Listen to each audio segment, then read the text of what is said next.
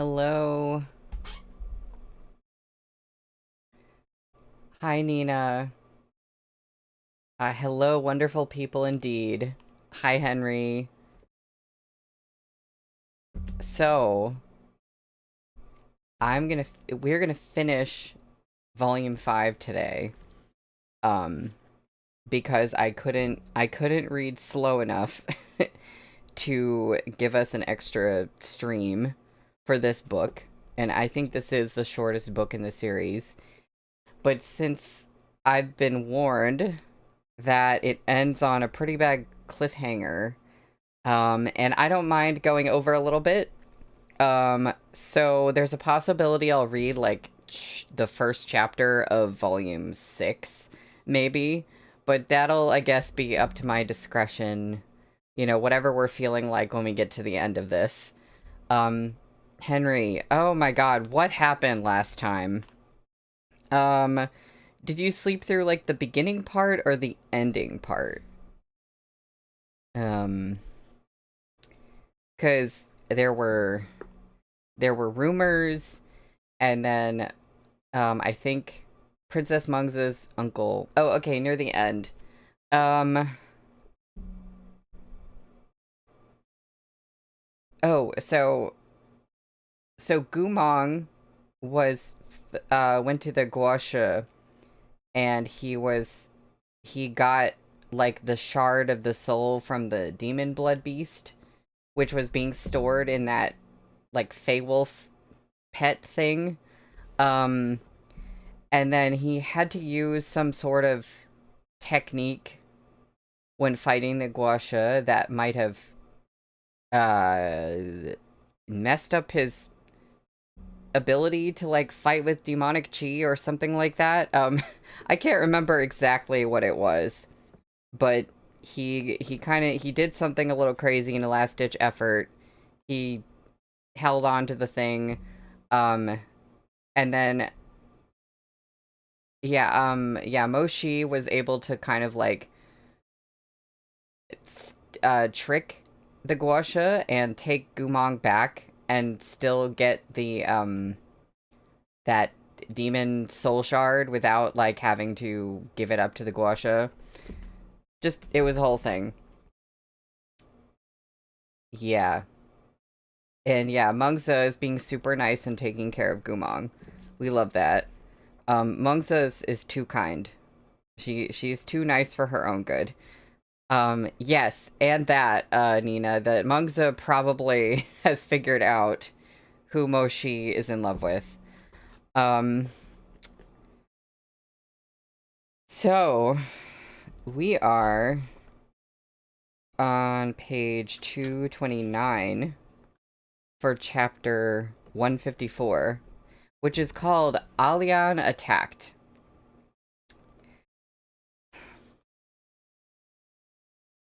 Once more, only the two of them remained. Moshi crossed to the bed and sat down. He laid a hand on Gumong's forehead. It still felt warm, but less so than the past few days. Mungza said you woke up during the day. Maybe I'm just unlucky, because you're asleep every time I come to see you. Moshi spoke at a whisper, as if hoping Gumong would hear, yet fearful of disturbing him. No matter how strong someone was in other circumstances, they would always be weak when facing their beloved. The remnant of the demon blood beast's soul has been resealed, and very securely at that. You've succeeded at your mission again, Moshi said softly. Oh, you. No matter how weighty the responsibility, no matter how impossible the task, you always finish the job. His Imperial Majesty never misjudged you. You're more capable than anyone else. He lowered his head, pressing his forehead gently to Gumong's. But when will you remember to show some care for yourself? The man lying on the bed was quiet, his long, soft lashes casting deep shadows under his eyes. You knew the black magic aura in you was no longer under control, Moshi murmured. But still you unsealed the Feywolf blood to buy time for Murong Lian to bring me the pouch. He let his lashes fall, eyes flickering uneasily beneath thin lids. Shishong. The slumbering man made no response. Moshi kept their foreheads pressed together. After a lapse, he said, "You've done everything you can. When we return to the capital, just focus on healing. Don't worry about anything else. I'll handle it all. I don't know how long I'll be able to protect you, but as long as I'm here, I won't let anyone bully you. Just rest well." He sat with Gumong a while longer. It was only when a messenger official brought in an urgent report concerning refugee arrangements in the east of the city that he stood and left the tent. The wind howled outside. The roar of the gale swept into the tent with the lifted flap, but after it lowered, the interior settled into silence again. Within this soundless tranquility, the lashes of the man on the bed fluttered. Tears flowed down his soft cheeks into the hair at his temples. Gumong slowly opened his eyes. He hadn't been sleeping at all. In truth, every night when Moshi came to see him, he was awake. He didn't know how to accept this, or how he was supposed to face Moshi. He was unafraid of anything, save for saying farewell. After he'd released the seal and roused his Fey-Wolf blood to fight the Guoshi, black magic chi had rampaged through his body.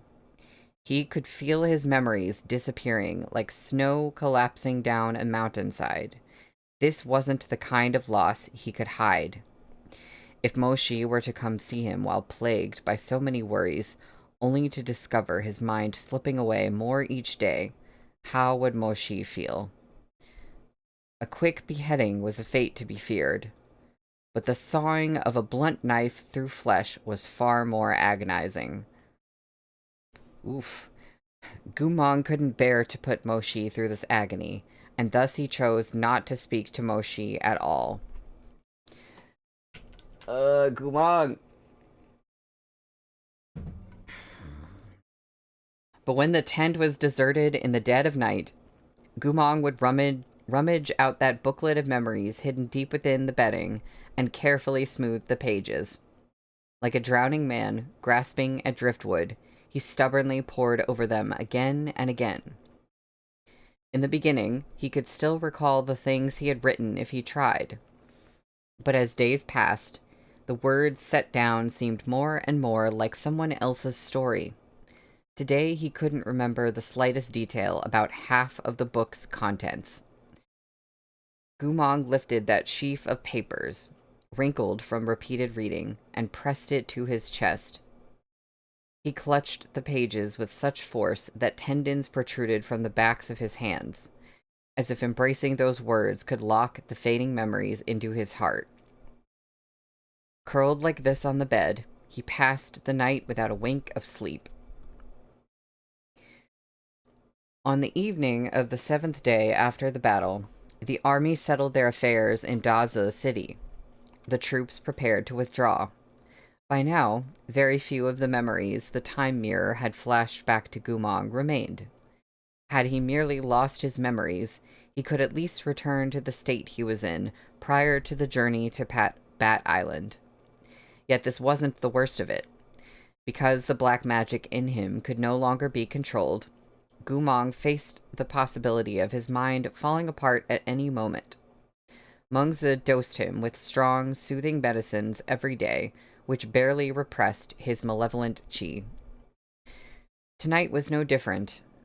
As usual, Gumong drank the medicine Mengzi brought, then sat on the edge of the bed, hands fidgeting as he considered how he should face the next day. He couldn't pretend to sleep forever.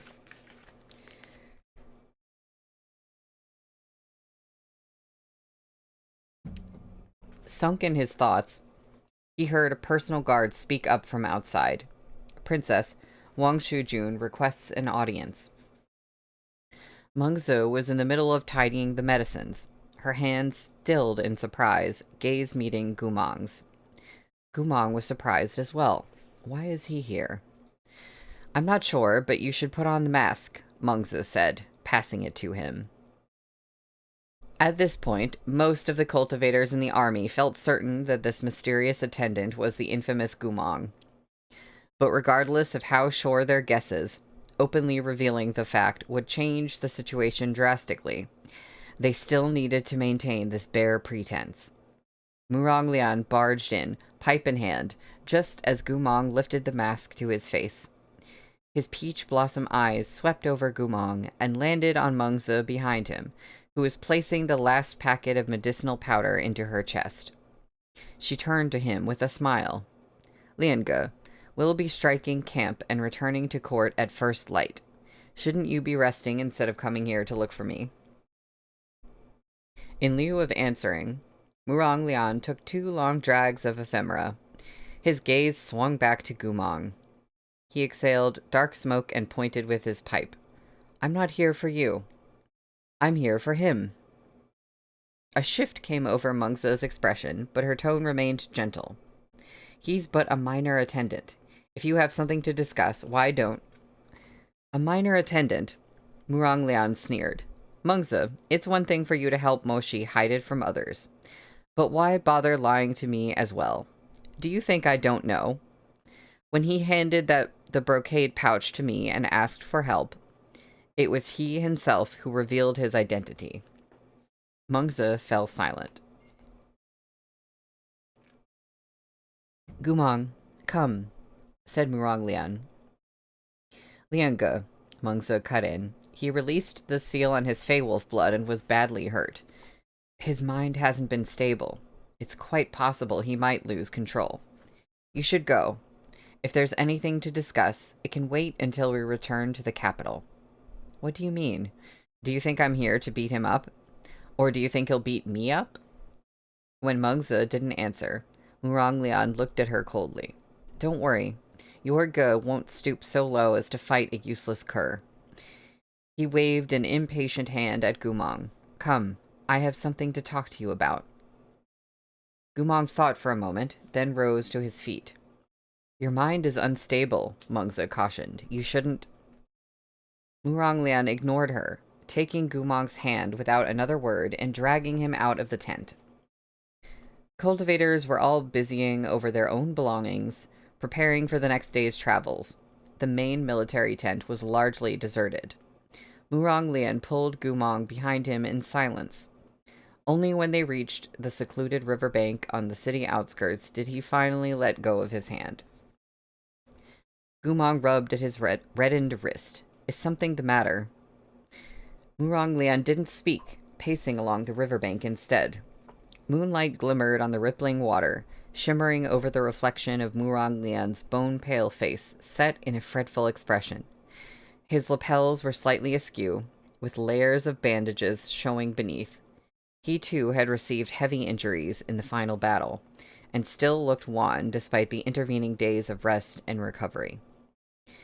Muronglian's silk shoes creaked softly over the gravel of the riverbank. After pacing several circles, he came to a stop and stared at Gumong, taking a few deep puffs of ephemera. At last he said stiffly, "I have a question. There's something I want to confirm." He took another 2 pulls on his pipe, glaring at Gumong through peach blossom eyes. "But before I say it, how many of your fucking memories have you recovered?" Gumong answered honestly. "I used to have a lot. Now I probably don't even have a 5th of them." Muronglian looked as if he was choking. His expression became even darker. "Then do you still remember Auntie Ni?" Gumong started to shake his head, but before he got far with it, he was stopped by a sharp shout from Muronglian. "The hell are you shaking your head for? You still remembered her a few days ago when you begged me to take the pouch. Little brat, think carefully before you answer." "I think I remembered her a few days ago, but now I don't." Muronglian swore quietly, deeply irked. "Back at Wangshu Manor, I told you to tell me the truth, but you had to play dumb and act stupid. Great, now you're actually stupid. Fucking hell, what use are you?" He let loose a stream of curses and kicked the rocks. "What did you want to talk to me about?" Gumong asked helplessly. "You didn't just bring me out here to swear at me, did you? God damn it, Murong Lian snapped. Of course I had a good reason to see you. Do you think I'd be willing to look at your face otherwise? Gumong touched his mask, confirming that his face was completely concealed beneath it. Murong Lian really was just being obtuse on purpose. Then you can keep talking, Gumong said.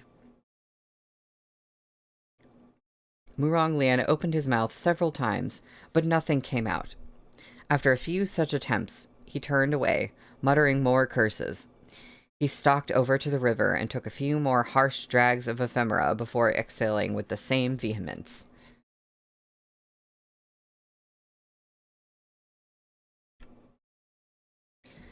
His expression was gloomy through the lingering smoke.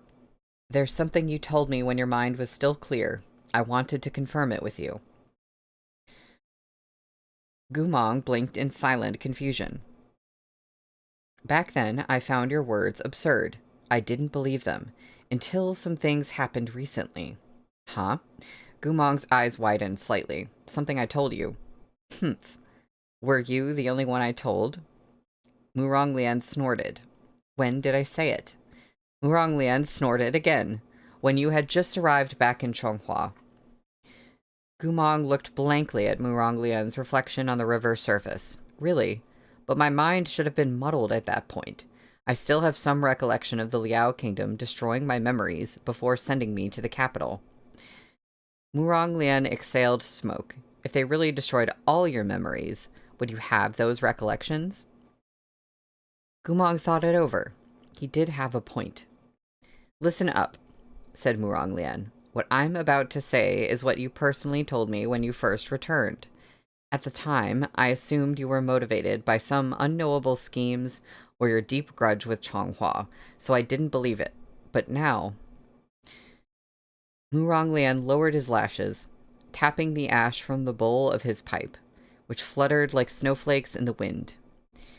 He seemed to think a moment before coming to a decision. When he looked up again, his gaze fixed on Gumong's face. I think you may have spoken the truth. There are just some points I want confirmation on. Were you...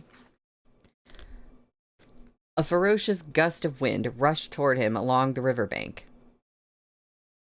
Oh my god, okay, hold up. We're just about to get a big revelation in a conversation, and now is when Murong Lian is getting attacked. Murong Lian instinctively raised a hand and cast a protective barrier. With a crisp click, an arrow imbued with wood and water spiritual energy streaked out from the dark forest and collided with the barrier in a blinding explosion. Murong Lian's health had long been on the decline, and his recent injuries had yet to heal. His barrier shattered to powder on contact. He leapt up the craggy gravel riverbank, coughing out a mouthful of blood. Just this one move showed Murong Lian his assailant was far stronger than him. He had no time to put up more defenses. He turned and shouted, "Run!" Gumong froze in alarm. The surrounding forest loomed around them, rustling with the sounds of assassins alighting on the tips of branches. "Hurry," Murong Lian panted. "Why are you just standing there?" "But you..." A voice, clearly distorted by a voice-changing spell, rang from the depths of the forest. "Wang Shujun, no need to send him off in such a rush. No harm will come to him." "Who the hell are you?" Murong Lian bit out. "Heh, do you think I'd tell you?" A peal of laughter, like the shrill screech of an owl. "To think there's someone as naive and ridiculous as you at the Emperor's side, and from the bloodline of the imperial family no less. Murong Lian, I've been truly enlightened today." Murong Lian bit his bloodied lower lip. Without warning, he threw up another defensive screen. "I said run," he snapped, flinging a hand at Gumong. "Ridiculous," the mysterious voice scoffed. With a crash, the screen fell to pieces. "With your weak body and Gumong's ruined one, what makes you think either of you can escape? But, Murong Lian, you can rest assured. I merely want to kill you. As for him..." That laughter pierced their ears like sharp thorns. "Let me ask, if I kill him, who will pay for the crime of your death? Don't worry. It won't be too painful or pathetic. On the contrary, your death will be very meaningful. Come." At his order, those swift assassins stepped into the moonlight. More than 10 cultivators in close-fitting combat robes held bows with arrows nocked, surrounding them like a pack of wolves, high in the fir trees. A man wearing a black cloak edged in gold leapt upward and stood gracefully at the top of the highest tree, with the round, bright moon hanging behind him. Their leader. Gumong watched them from the riverbank. He wanted to reach out and summon Yongye, but his fragile body couldn't handle black magic techniques. The instant he tried, agony exploded through his head. His vision flickered, and his ears rang as he crumpled to his knees. In his daze, Gumong heard the leader in black give an ice-cold order. Execute Muronglian. Fire.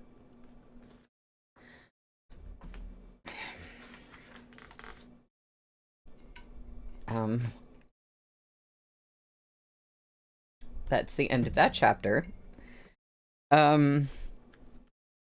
We're at chapter 155, which is called Muronglian's Memories, Part 1.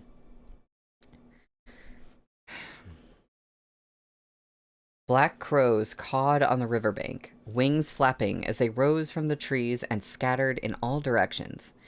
The heavy stench of blood filled the air. Scarlet seeped from Muronglian's wounds, soaking the broken gravel beneath. The assassination had begun in an instant and ended just as quickly. The group moved with the swiftness of strict training.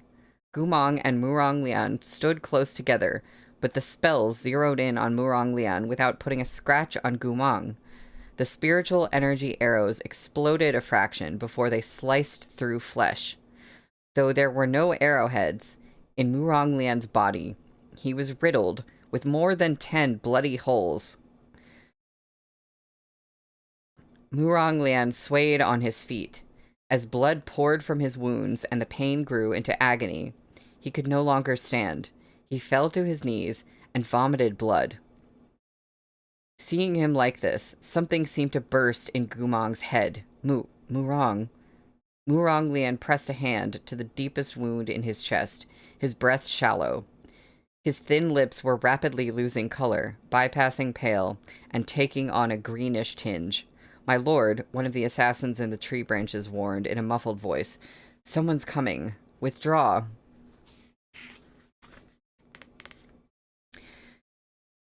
Black shadows soared through the air, and the assassins melted into the forest just as they'd come. Muronglian swore weakly. "Fucking bitches. If you have the guts, then don't run." He curled into himself, coughing. Choking on another mouthful of blood, he wobbled and collapsed entirely onto the sharp stones of the riverbank. The bright moon shone high as fresh blood pooled on the ground.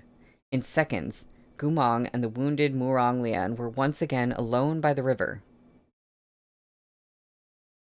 Gumong had few good memories of Muronglian, especially now. Yet seeing him bloody and crumpled in front of him stabbed at some nerve deep in his mind. He stood frozen, his fingertips cold, before suddenly returning to his senses and rushing over to examine Muronglian. His terror only grew.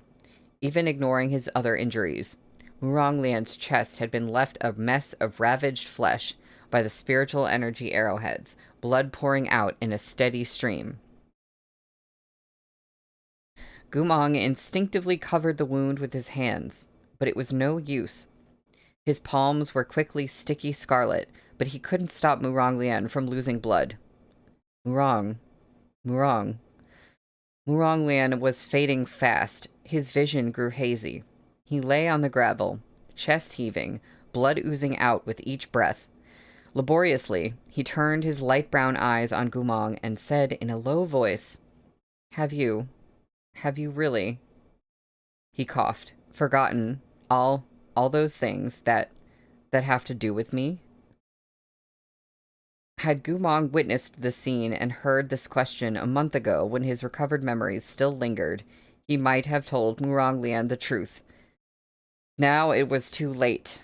Gumong gazed into Murong Lian's upturned peach blossom eyes. Such pretty eyes, but because of his high-set pupils, they were always sultry and challenging. At least you should. Murong Lian panted, reaching out with trembling fingers. But his wounds were too grave, leaving him with no strength whatsoever. His gaze locked unwaveringly on Gumong's face, eyes flashing with complicated feelings, full of dissatisfaction. He opened his mouth to continue, but what came out was blood and not sound. From the forest came lantern light and the sounds of people growing closer. Murong Lian's pale face suddenly flashed with lucidity. He raised a bloody hand and gathered a faint glow at his fingertips, tapping Gumong's chest before pushing him away. Run. Murong Lian was on the verge of unconsciousness. His eyes were losing focus, but he still slurred a hoarse warning. Hurry up and run. Otherwise... Murong Lian spat up another mouthful of blood. His voice was a bare whisper, his pretty peach blossom eyes wide and flickering with the reflection of the starry sky and Gumong's frightened face. The last words fluttered from his blood-stained lips like he spoke in a dream. Otherwise, you'll never be able to explain this. Oh, because they've figured out who Gumong is. They're gonna think he did this. Oh. Murong Lian. Gumong. About to pass out, Murong Lian whispered, "To be honest, I've never..." Blood bubbled up and stopped his words. Murong Lian's hand twitched, as if to do one last thing, but he had no energy left. His hand fell to his side. Everything had happened too quickly. Gumong's head was ringing, incapable of mustering a response. What did Murong Lian want to say?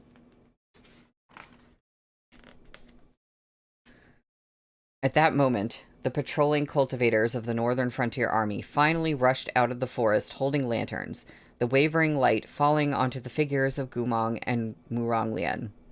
The squad leader was silent for a frozen moment before the lantern in his hand tumbled to the riverbank. Wangshu Jun. Coppery wind gusted past as the shrill cry of an alarm speared the skies and filled the dark night. Come quick, Wangshu Jun was attacked. Grab the assassin. Take him down. Gumong wasn't planning to run, but what did those cultivators care? A bright spell beam shot from the group and struck him viciously in the back. A loud shout. Got him. He can't run now. Detain him. Gumong fell down dizzily next to Murong Lian. His face was turned to Murong Lian, gaze landing on that ever-cryptic face. Murong Lian's cheeks were colorless, those mocking peach blossom eyes tightly closed. What had Murong Lian wanted to tell him? What type of person was Murong Lian? He pondered these questions murkily, but without his memories he had no idea of the answers. The last thing he was aware of before losing consciousness was being surrounded by a group of soldiers from the Scarlet-Plumed Battalion. Have you really forgotten all of those things that have to do with me? At least you should. You should what? Should remember what? Murong Lian's final words echoed like a nightmare as Gumong drifted in a field of vast darkness. Suddenly, a beam of light emanated from his chest. Inside the dreamscape, he sat up, fingers finding the spot Murong Lian had tapped.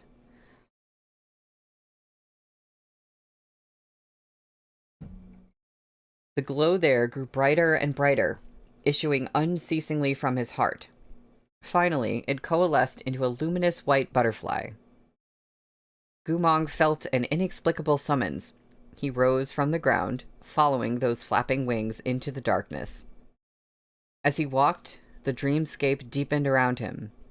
The spiritual butterfly guided him past Madame Zhao's misty, distorted face.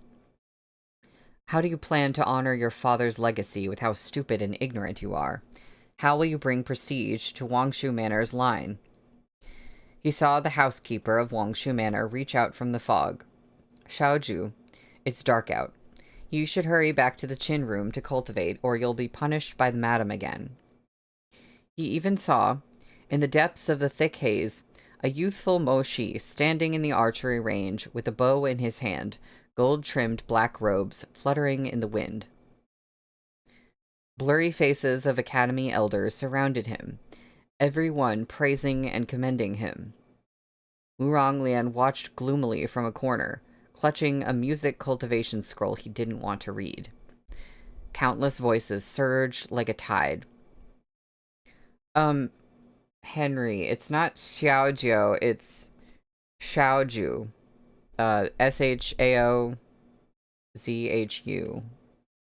I think that's... I forget what exactly that title means. Countless voices surged like a tide. First was Madame Zhao. You'll never beat him. Then came the Academy Elders. You're always losing to him. In the end, they all laughed nastily, warping into Wurong Lian's own voice. Wurong Lian, you'll never beat him. You're a pathetic clown, an underhanded villain. You can't even make your own decisions about what you like. Wurong Lian? No, you're just a copy of your dad. A puppet on strings. Gumong walked on. Slowly, the voices faded, while the glow of the white butterfly shone brighter. Motes of light streamed from its flapping wings and drifted downward, gradually dispelling the endless dark. Light glimmered on the horizon. A wind blew toward him, and petals floated down little by little to join more butterflies spun from illusion magic. He stepped forward into the pristine whiteness. Is it you? A child's voice called softly from the depths of that pure blankness. Before Gumong could answer, the butterflies dancing before him settled into an indistinct figure. The young Wurong Lian stood in the light, turning to look at him. It is you. In the same breath, a dazzling brilliance flashed past, so bright Gumong closed his eyes against it. He heard the tinkling of wind chimes from the eaves. A fawning voice was speaking. Little Murong Gongzi, here's the box of sweets you asked for. Take a careful look. If there's anything you're unsatisfied with, this one will immediately have the pastry master remake them. Gumong slowly opened his eyes. The form of the dreamscape had changed again. He stood before a red and gold building, its hall filled with the white blooms of mountain camellias. Stocky women servants, 40 to 50 years of age, attended the customers in the hall, all smiles in their coarse and colorful uniforms. This was the House of Delicacies, the most famous pastry shop in the capital of Changhua. Wurong Lian stood before the high firwood counter with his face upturned, small chin jutting as he spoke bossily to the shopkeeper. He was no more than 4 or 5, still almost a toddler. From head to toe, he was bedecked in accessories that screamed of wealth. Any more, and they'd be affixing gemstones to his fingernails, but he was too little. With all that gold and silver, jade and pearls, piled onto his small body, at first glance, onlookers didn't see a boy at all, but rather a little treasure chest on 2 stubby little legs. Shopkeepers adored customers who practically had "I'm rich" written across their foreheads, and Wurong Lian was one of the noblest little young masters in Changhua. Even if he was a tot, still smelling of his mother's milk, this 50-year-old shopkeeper would still gladly get on his knees to offer him all his respects. Wurong Lian took the box of sweets in his pudgy fingers and lifted the lid. Flaky pastries glistening yellow gazed back, pale pink lotus crisps with their prominent layers, and the House of Delicacies exclusive milk pudding, a gleaming, translucent thing adorned with the peach blossom just beginning to bloom. Wurong Lian stared for a moment, then reached into the box and shoved the last sweet into his mouth without the slightest hesitation. "I'll take this one," he said around his mouthful. "Go make another box." Watching the child's look of complete seriousness coupled with drooling gluttony, the shopkeeper didn't dare laugh out loud. He nodded and bowed, sending back orders for the pastry chefs to make another set. Muronglian sat in the House of Delicacy's seat of honor, next to a pot of rose tea, and gobbled up the contents of the entire box as he waited. Why had Muronglian left this specific illusionscape for him? Gumong saw the shopkeeper twitch the bamboo screen aside and approach Muronglian with a fresh box of desserts. Murongongze, here's the new set. Would you like to check it again?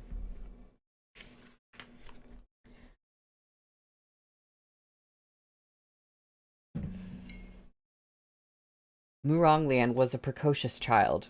He imitated his mother exactly, waving his hand imperiously. No need. I shall simply take it with me. You may put it on my monthly account. The shopkeeper hesitated. Gongze, you don't have an account. Only Madame Zhao does. Why doesn't this humble one put it on Madame Zhao's account? You can't. Muronglian's eyes widened as he shot the suggestion down. Hold on. I have money. He began digging around inside his little cloth pouch, where Madame Zhao put Muronglian's allowance. But Madame Zhao was strict. She didn't give him much, and most of it was loose change. The shopkeeper watched as Murongongze, dripping with riches, dug out handfuls of pitiful white cowrie shells. He piled them together, counted them one by one, found it wasn't enough, and started scooping out more. But how much money could a 4-year-old child have? After digging for several minutes, all he found was a few more scanty cowrie shell scraps. Muronglian looked up. He was clearly rather embarrassed, but he still put on his airs. That's all. No need for change. The shopkeeper blinked. Goodbye. With that, the little boy hoisted the box of sweets and pompously marched off in front of the speechless shopkeeper's face, leaving the man on the verge of tears. Upon arriving back at Wangshu Manor, Muronglian summoned his closest attendant. First, he put on a show of drinking some tea. Only afterward did he flick his gaze upward and ask, Ahem, that lowly little slave, the one whose forehead was cut when I pushed him yesterday. Is he still alive? Gumong was shocked. He had a vague recollection of this, so these memories were from the time Muronglian had shoved him off the swing. He'd cut his head, and Auntie Lin had taken him for treatment. The attendant had no idea why Muronglian was asking. Xiaoju, he started fearfully. He's still alive. Muronglian murmured a cryptic, oh, his expression unreadable. Still alive. Yes, Auntie Lin took him to the healer. That brat is probably still resting in Auntie Lin's house. Does Xiaoju have any instructions? No, Muronglian replied. You may go. The attendant left. Muronglian sat at the table with his legs crossed and thought for a while. In the end, he picked out an old coin from his treasure box. Holding it in his palm, he mumbled, Heads, I'll go say sorry. Tails, I'll eat the whole box myself. He tossed it. The coin whirled in circles on the table before wobbling to a stop. Heads. Fine, Muronglian grumbled. I'm the one who pushed you anyway. I'll just say sorry. It's not like I'll die. He hopped down from his chair, tiptoed over to pick up the House of Delicacy's pastry box from the table, and set off for Auntie Lin's home. That's the end of the chapter.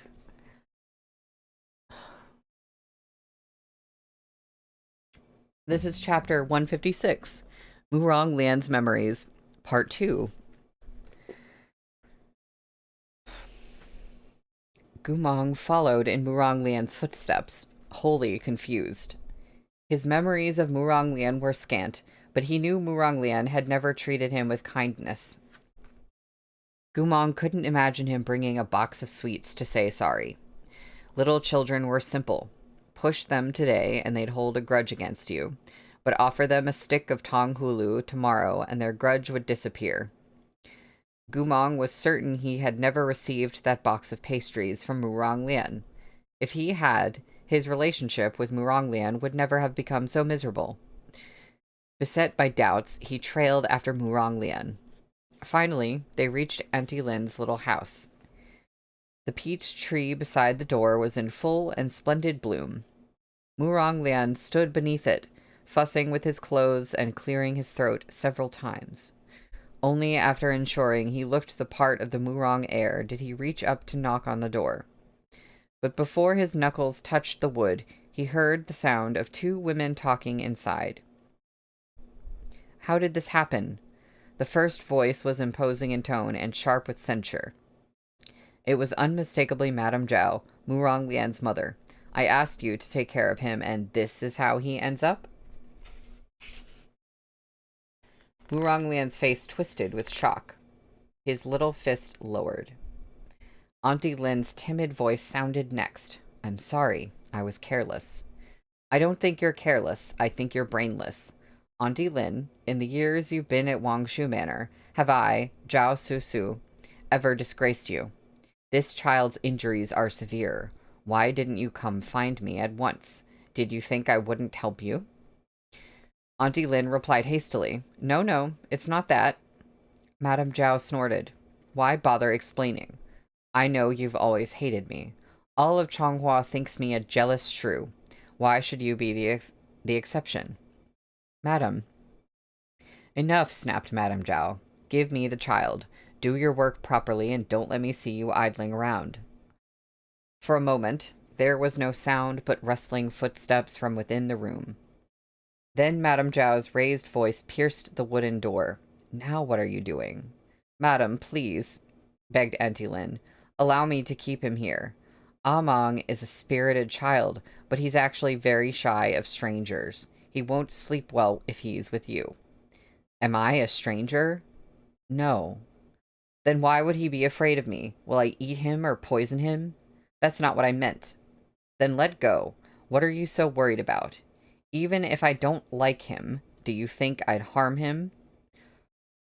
Auntie Lin didn't respond, but Madame Zhao continued. Auntie Lin, you'd better get your head on straight. I am the head of Wangshu Manor. And if nothing else, the boy is a son of the Wangshu line. There was a dead silence on both sides of the door.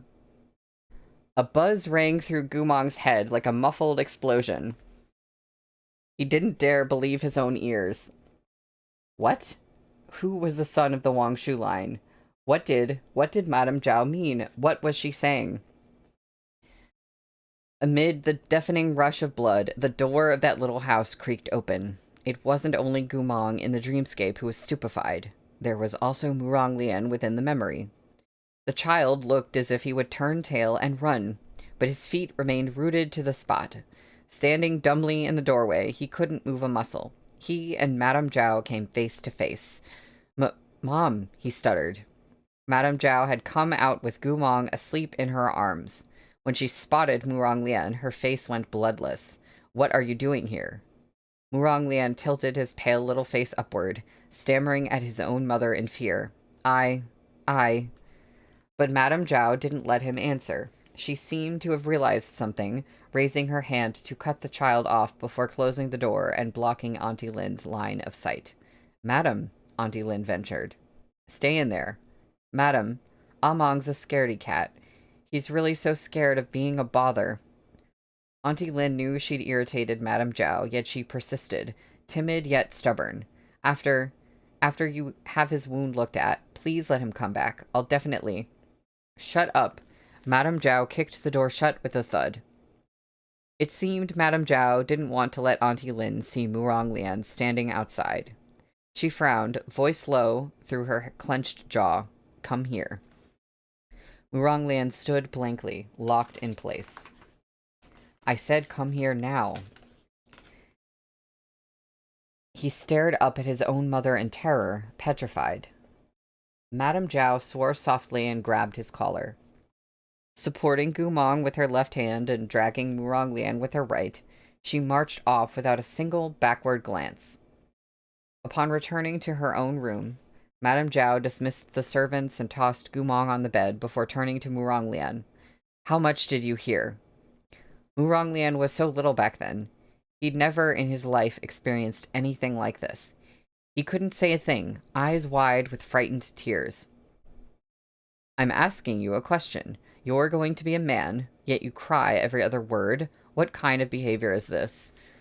Oh my god, he's like 5. I... Muronglian was still holding that box of pastries. Under such intense pressure from his mother, he burst into tears with a wail. Mom, am I not your real son? Was I picked up from somewhere else? Madame Zhao stared. Once Muronglian started crying, he couldn't stop. He glanced first at Madame Zhao, then at Gumong, unconscious on the bed, then sobbed himself breathless. It took Madame Zhao a moment to follow his train of thought. She brought a hand to her brow before slamming it on the table. Muronglian, what nonsense is in your head? Could someone as divinely beautiful as I give birth to such an ugly, stinking brat? God. Muronglian's narcissism was the mirror image of his mother's. One could be sure that Muronglian was Madame Zhao's flesh and blood based on this characteristic alone. The boy wiped his tears with a tiny hand, stammering through sobs. But you said he's... Madame Zhao narrowed her eyes. Muronglian's voice faltered. He finished the sentence in a whisper. He's part of our family. This time, Madame Zhao didn't have a ready answer. She crossed to Muronglian and took the box he was gripping so tightly, placing it on a table covered in satin cloth shot through with gold and embroidered with white birds. She poured herself a cup of floral and fruit tea and drank it slowly. Fingers with scarlet-dyed nails carefully turned the roux-ware cup. When Madame Zhao at last looked up, it was not at Muronglian. Her gaze fixed upon Gumong. Only after a long while did she say, Muronglian, come here. Hesitant, Muronglian padded over to her. Madame Zhao set down the teacup and considered him before finally taking him by the shoulder. You would have found out sooner or later. I wanted to tell you when you were a little older, but since you've overheard, there's no point keeping it from you. But you must keep the secret buried in your heart. Speak of it to no one. Do you understand? Muronglian nodded mutely. But how could such a young child be trusted to keep a secret? The thought had occurred to Madame Zhao as well. She grabbed Muronglian's hand, light coalesced at her fingertips as she traced a sigil on his palm. It was obviously not a pleasant sort of array. Muronglian immediately shouted, Mom, it hurts. It's just the pain of the sigil forming, Madame Zhao said. With this sigil, you won't be able to speak of any of the secrets you heard today before you become the master of Wangshu Manor. One word out of line, and a pain much worse than this will ensure you keep your mouth shut. She released his palm. Oh, there's art. Okay, well, the art isn't of the sigil forming, so that's nice. It's, nicer art than that.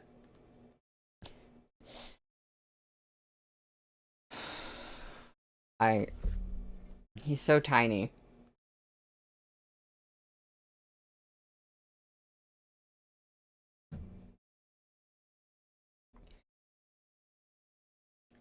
Don't think me cruel. You were born a Murong. Exposing the slightest weakness, making the slightest mistake, could cost you your life. Finally, Madame Zhao let Muronglian sit. Expression complicated, she glanced at the boy, who was clutching the back of his hand with tear-sodden lashes. She took a moment before she started speaking, very deliberately, trying her best to explain those bygone events in a way the little boy could understand. Your father, our relationship. After hesitating, she continued stiffly, was actually never as good as you thought. Muronglian said nothing. Gumong had heard of this from Mo Shi. The old Wangshu Jun didn't love Madame Zhao. His heart had been set on a maiden from Lin An. But because of the constraints of rank and hierarchy, Murong Xuan had been barred from taking that maiden as his wife, instead wedding Lady Zhao, a more suitable match for his status. But how could onlookers see all sides of such a story? Only those involved could give an accurate account. As Madame Zhao spoke, the truth of those past events floated to the surface. Madame Zhao was of noble birth, but she wasn't born in the capital. Her father was an important official stationed at the eastern frontier, and his entire family lived within their fiefdom. It was only once a year, at the New Year's Eve feast, that Marquis Zhao brought his wife and daughter to the imperial city. When Zhao Susu, then a girl in the bloom of her youth, saw Murong Xuan playing the chin for the emperor at one of these feasts, she fell in love with this young and promising noble. This girl, however, was prickly and proud. When anyone noticed her feelings, she became embarrassed and vehemently denied them, making a show of turning up her nose at Murong Xuan. The young man was left with a rather poor impression of her, to say nothing of any interest in pursuing her hand in marriage. Zhao Susu, on the contrary, had quite the high opinion of herself. She never doubted that even if she rolled her eyes every time they met, Murong Xuan would be overcome by her beauty and fall at her feet. Of course, the results were abysmal. Murong Xuan didn't fall for her. Instead, when he was out hunting, he met a maiden fleeing from Lin An. For some reason, possibly because she'd fallen and hit her head, she remembered very little about herself, and only knew that her last name was Chu. No matter how she was questioned, she couldn't recall anything more. Aside from that, however, she was nothing but goodness, possessed of a delicate beauty and gentle temperament. Little by little, Murong Xuan fell in love. In hindsight, such a love was doomed from the start.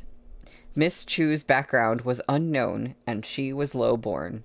Nothing about her marked her as a good match for Murong Xuan. But back then, Murong Xuan had been young and idealistic. He impetuously went to the emperor, his older brother, to make his feelings known and begged him to confer a marriage with Miss Chu. It wasn't impossible in principle, but the emperor happened to have recently agreed to Marquis Zhao's betrothal request and promised to marry his daughter Zhao Susu to Murong Xuan. The marriages of pure-blooded nobles were largely decided by the emperor, who'd had no idea Murong Xuan had fallen in love with another young woman. An emperor, however, could not go back on his word. For the sake of his imperial dignity, he categorically refused Murong Xuan's request and ordered him to cut ties with Miss Chu. But Murong Xuan's heart was set on Miss Chu. How could he be willing to do so? The late Wangshu, who had ever been gentle and refined in temperament, argued with his brother in the hall. The emperor grew irritated, but he didn't want to make things difficult for his younger brother. He suppressed his rage and offered a compromise. If Murong Xuan really couldn't let Miss Chu go, His Imperial Majesty was willing to make an exception and raise Miss Chu's rank, allowing Murong Xuan to take her as a concubine, after he married Zhao Susu and had a son or Zhao Susu and had a son or two. The emperor had thought he was making a generous concession, but to his surprise, his sensible younger brother stubbornly refused to bend. At this, he lost his temper. The feudal lord of Lin An, Yue Juntian, had stepped forward amid the emperor's tirade and presented a report. He claimed he'd gone to investigate Miss Chu's background, only to find there was never a maiden surnamed Chu in Lin An. Okay, this really has taken us for a loop. This woman of unknown origins was either a spy or a devil. In his fury, the emperor sent Miss Chu to Sishu Terrace on charges of bewitchment, condemning her as a subject for experimentation. Murong Xuan had no choice but to agree to the betrothal and married Lady Zhao in exchange for Miss Chu's life. In truth, the emperor had never believed Miss Chu was a spy, It was obvious Yue Juntian had taken the opportunity to slander her in service of his own grudges. He merely planned to threaten Murong Xuan and have that be the end of it. As long as Murong Xuan accepted the betrothal and satisfied his important subject Zhao and his clan's requests, the emperor was happy to let Miss Chu walk free. Marquis Zhao and his family saw it rather differently. Zhao Susu was herself so narcissistic that she entirely ignored the rumors and never suspected there was anything between her new husband and Miss Chu. Everyone else in the Zhao clan, however, felt this Miss Chu was a thorn in their side they must pull out at all costs. Oh, lordy.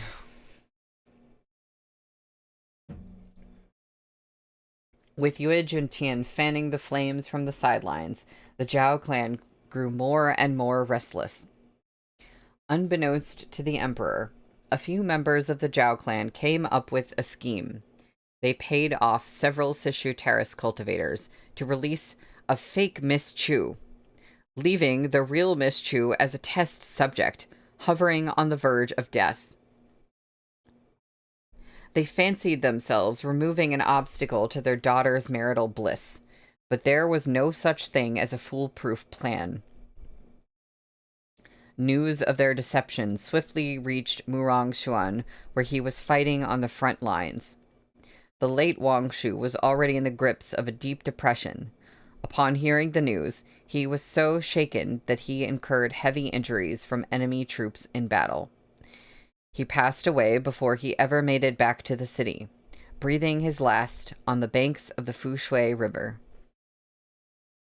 The Zhao clan hadn't expected their plot would backfire, failing to help their daughter and instead turning the young Madame Zhao into a widow. When word of her husband's death arrived, Madame Zhao was 7 months pregnant. Grief sent her into early labor, and amid her pain, she gave birth to a little boy, Murong Lian. Madame Zhao sank into despair, wallowing in the anguish of losing her husband. She had no idea Murong Xuan had been tricked into drinking aphrodisiac wine on their wedding night, and had no feelings for her at all. She'd thought they were mutually in love, only to be henceforth separated by the gulf of life and death. Or so she believed, until one fateful day, when her condition had improved, she went alone to her deceased husband's study to shed some tears and tidy his things. There she found a stack of letters her husband had written to Miss Chu.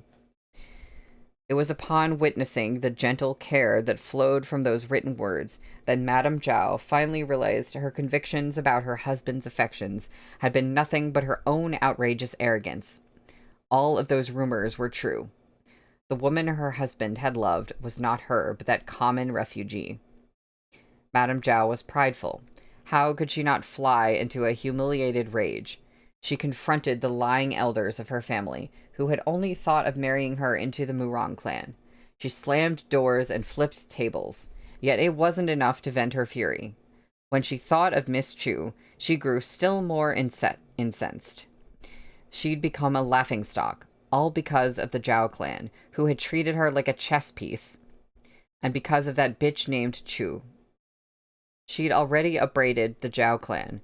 How could Miss Chu not pay as well? You know, Meat Bun has me suspicious of every mention of, like, treating someone as a pawn, treating someone as a chess piece. I'm like, hold on, hold on.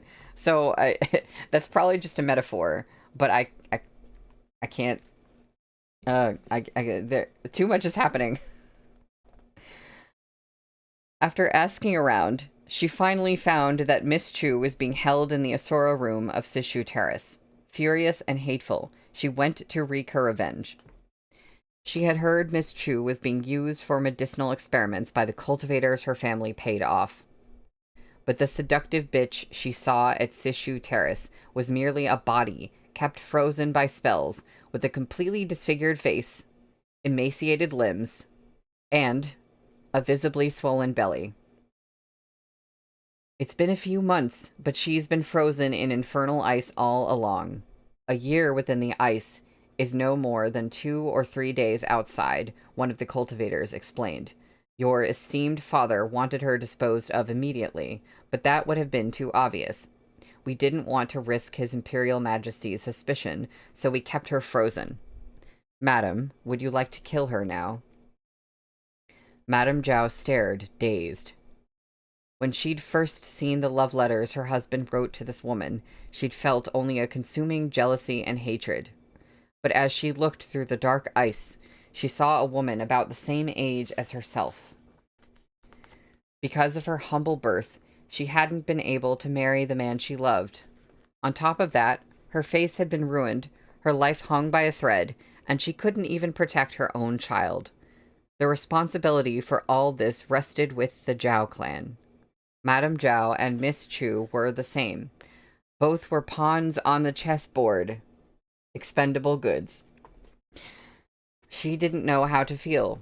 She stared again at the belly that held a life growing within it. Madame Zhao was no saint, but she was also a new mother. Her heart was softer than it might have been. After hesitating at length, she realized she couldn't bear to see this continue and rescued Miss Chu. Unknown to all, Zhao Susu hid her deep in the Wangshu residence and brought in a discreet midwife to care for her until the child was safely born. To conceal her identity, she changed Miss Chu's surname, keeping only the top half of the character Chu to give her the name Lin. There's a footnote. Lin, forms the top half of the character Chu. And I do think, if my memory of the Chinese characters is any good, I do think that's the same Chu as Chu Wanning. I think we figured that out already. I don't know. Miss Chu disappeared from the world, while a disfigured matron appeared in Wangshu Manor. Gu Mang's Auntie Ni.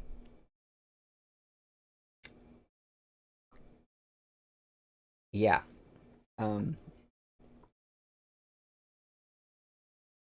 That's the end of the chapter. Yes, Blue, I think you're right. We have the same confirmation that Murong Lian and Gumong are about the same age. Yeah, I don't know exactly how she was in the frozen ice and how that... I'm not clear on that, but yeah, about the same age.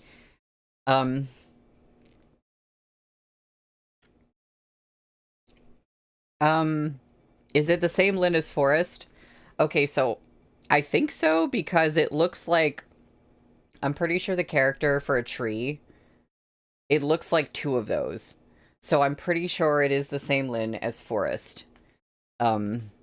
Infernal Ice. Yeah, I think... Did it say Infernal Ice? Ice from Hell. I think they used the word... Yes, she's been frozen in Infernal Ice. That is what they said.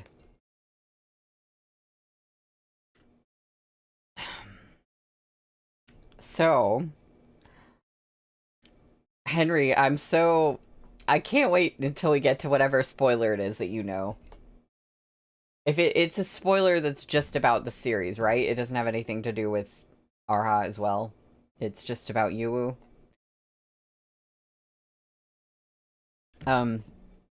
Yeah, so I'm gonna take a break for 5 to 10 minutes. When I come back, we will be on chapter 157, which is called The Hero's Ribbon He Could Never Wear. So, fun stuff. We'll be right back.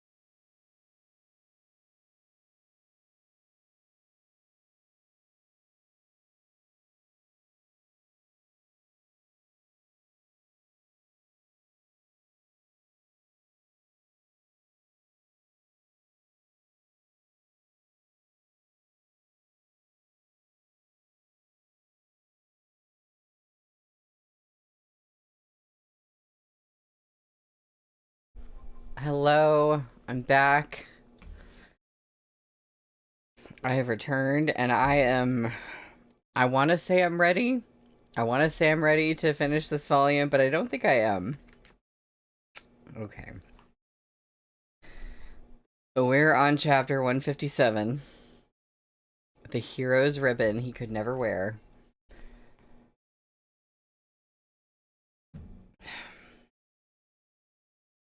Gumong clutched at his head, vision going dark. Kept it a secret from everyone. Changed her last name to Lin. Miss Chu from Lin on. These scattered scraps of information stabbed into his skull like so many sharp knives. Okay, alliteration. Ravaging his already disordered mind and triggering a cascade of new memories. He heard a voice soft as satin singing, red high tongue, yellow high tongue, floating gently in the wind. Children in a land far away, missing their mom and dad. The singer had a faint Lin-On accent as she sang a nursery rhyme from the canals of Jiangnan, coaxing the child to sleep. Red high tongue, yellow high tongue. I know, high tongue, you say? Any mention of high tongue blossoms. Gumong took a shaking step backward, his temples spasming in agony. On one side were his disappearing memories, on the other the recollections swarming back. In his head, the shattered events of the past raged around him like a snowstorm. A vision appeared, further rattling his mind. He saw a little room in Wangshu Manor. Auntie Lin sat by the window with a blanket draped over her shoulders. She patted Gumong, sleeping in her lap as she crooned, floating gently in the wind, children in a land far away. In that memory, Gumong's eyes fluttered open a crack. He smiled up at Auntie Lin and mumbled, half asleep, "Auntie Ni, you sing so pretty." Auntie Lin's gaze was as gentle as spring willows. She patted the child's hair. "If Ah-Mong likes it, Auntie Lin will sing for you always. Won't you get tired?" The woman smiled. "I won't." "Won't you get thirsty?" "I won't."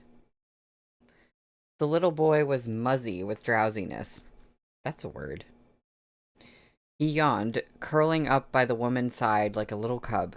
"Auntie Ni, wouldn't it be nice if you were my mom?" The hands caressing him stilled, trembling slightly. But the boy Gumong in the memory didn't notice such a detail. He certainly didn't look up and see Auntie Lin's pained expression. He just curled a little tighter, nestling more snugly into her side. Through the open window, scraps of petals drifted silkily down with the spring rain, fluttering into the room. That fall of pale pink seemed like a beautiful dream from which they'd wake at any moment. Children in a land far away, missing their mom and dad. Gumong fell to his knees in the dreamscape. His skull felt like it was being hacked open by a blunt cleaver. He clutched at his head, panting on the ground like a dying fish, spasming uncontrollably. Murong Lian said, "You should at least remember." "Remember what?" "Remember that Auntie Lin's last name wasn't Lin, but Chu. That he wasn't a random slave of Wangshu Manor, but the child of Murong Xuan and Miss Chu, right?" He found himself thinking of those important things he'd written in his book, and one phrase he'd written over and over again to remind himself. "You owe your life to Wangshu Manor. The past is hard to explain, a web difficult to unravel. You must remember this. Do nothing to harm Wangshu Jun." Before he lost his memories, he had known the truth, hadn't he? As if roused by the intense turbulence of his mind, memories that had sunk into the abyss leapt back ashore like a dragon arcing out of water. Listening to that nursery rhyme of fluttering high-tongue petals, he hazily remembered what Auntie Lin told him before her death. The sickly woman had gripped his hand tightly. her chapped lips parting. Amang, even though, even though Madame Zhao has her shortcomings, she's not like the entire capital of Chonghua says. She's, she coughed. She's not a vicious and jealous woman. She's not like her family. Her heart is kind. It's just that she's obstinate. She doesn't care to correct other people's misunderstandings. But you mustn't misunderstand her. If it weren't for her, Amang, you wouldn't have been born. Did you know? She saved your life, and my life too. A faint smile spread over Auntie Lin's emaciated face. So please don't resent that mother and son, Madame Zhao and the little Gongzi. In truth, at this point, her breathing grew labored. Her pale lips quivered, eyes fixed on Gumong's face as if trying to carve it into her soul. Her voice was as soft as a mosquito's buzz, filled with tears as she persisted. In truth, their lives are pitiful too. They too had no way of achieving their wishes, nowhere to retreat. This mother and son both were bound by blood and pride. In truth, their lives were far from easy. Auntie Ni, little Gumong crouched beside the woman's bed. Her eyes were still open, clear tears streaming down her cheeks, but the light in her pupils had gone. Back then, Gumong didn't quite understand matters of life and death, but he hazily understood this woman who sang lullabies to him would never come back.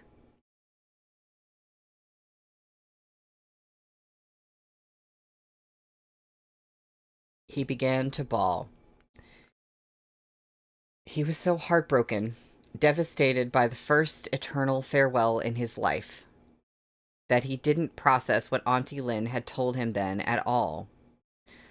Only much later did he dimly realize that, to say these things, Auntie Lin must have known something about his identity.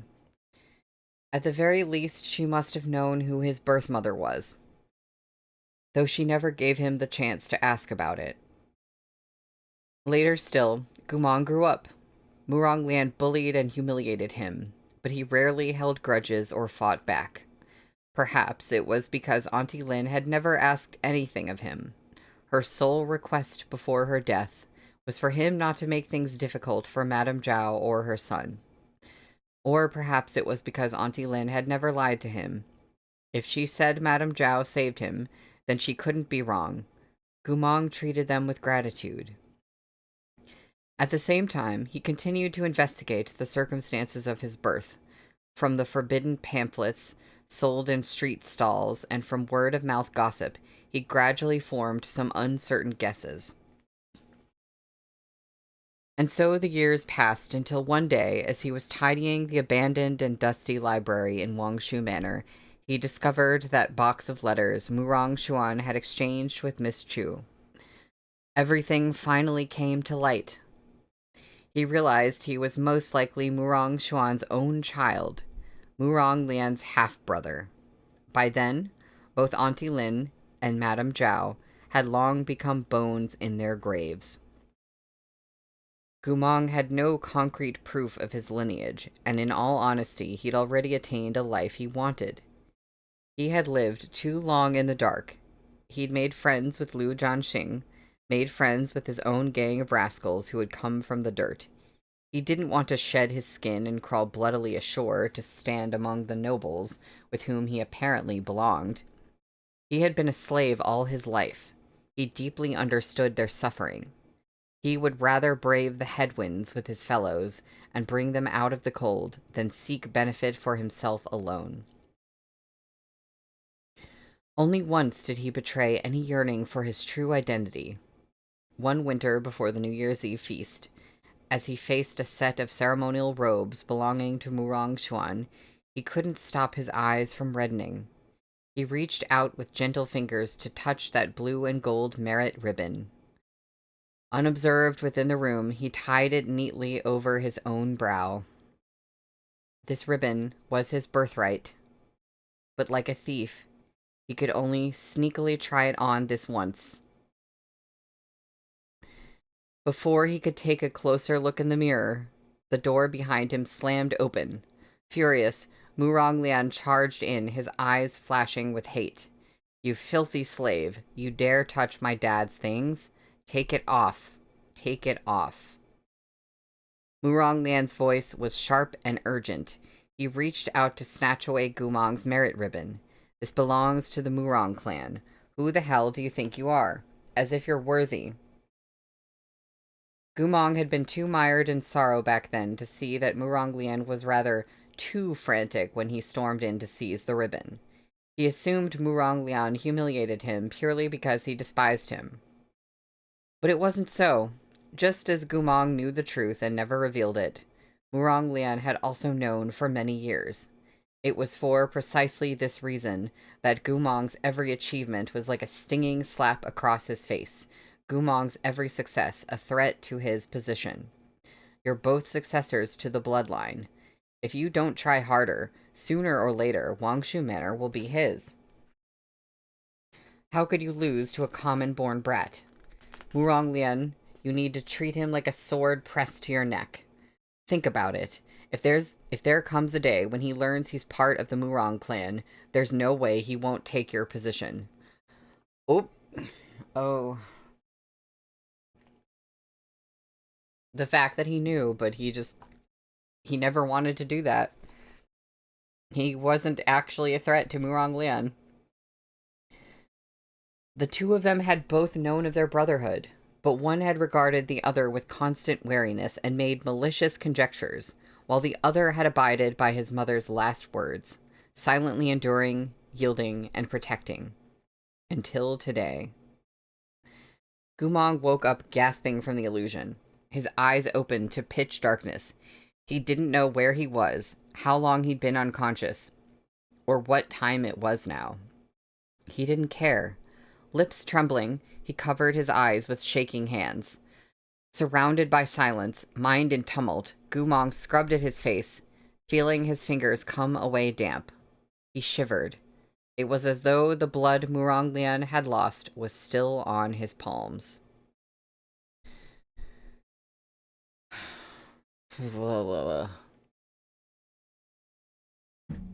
Court was dismissed. The Emperor stood with an arm behind his back on the terrace of the throne room. It was misty out, dark clouds rolling across the sky as they pressed in towards the Emperor's capital.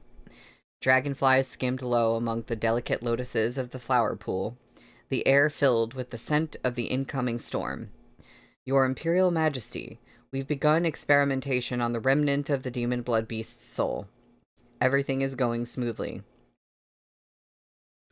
Zhou He stood nearby, reporting to the Emperor. "But the Liao Kingdom is making preparations. I doubt they'll give us much time. It's just as you said today in court. They could launch a large-scale attack at any moment. I may not be able to develop what you need before war breaks out in earnest." Sorry, I'm just processing. We've just been given a lot of information. Okay, I'm here. I'm present. The Emperor closed his eyes. "All we can do is plan. Success depends on the heavens. This wisp of soul did not come easily. That it's in our hands at all is an act of divine assistance.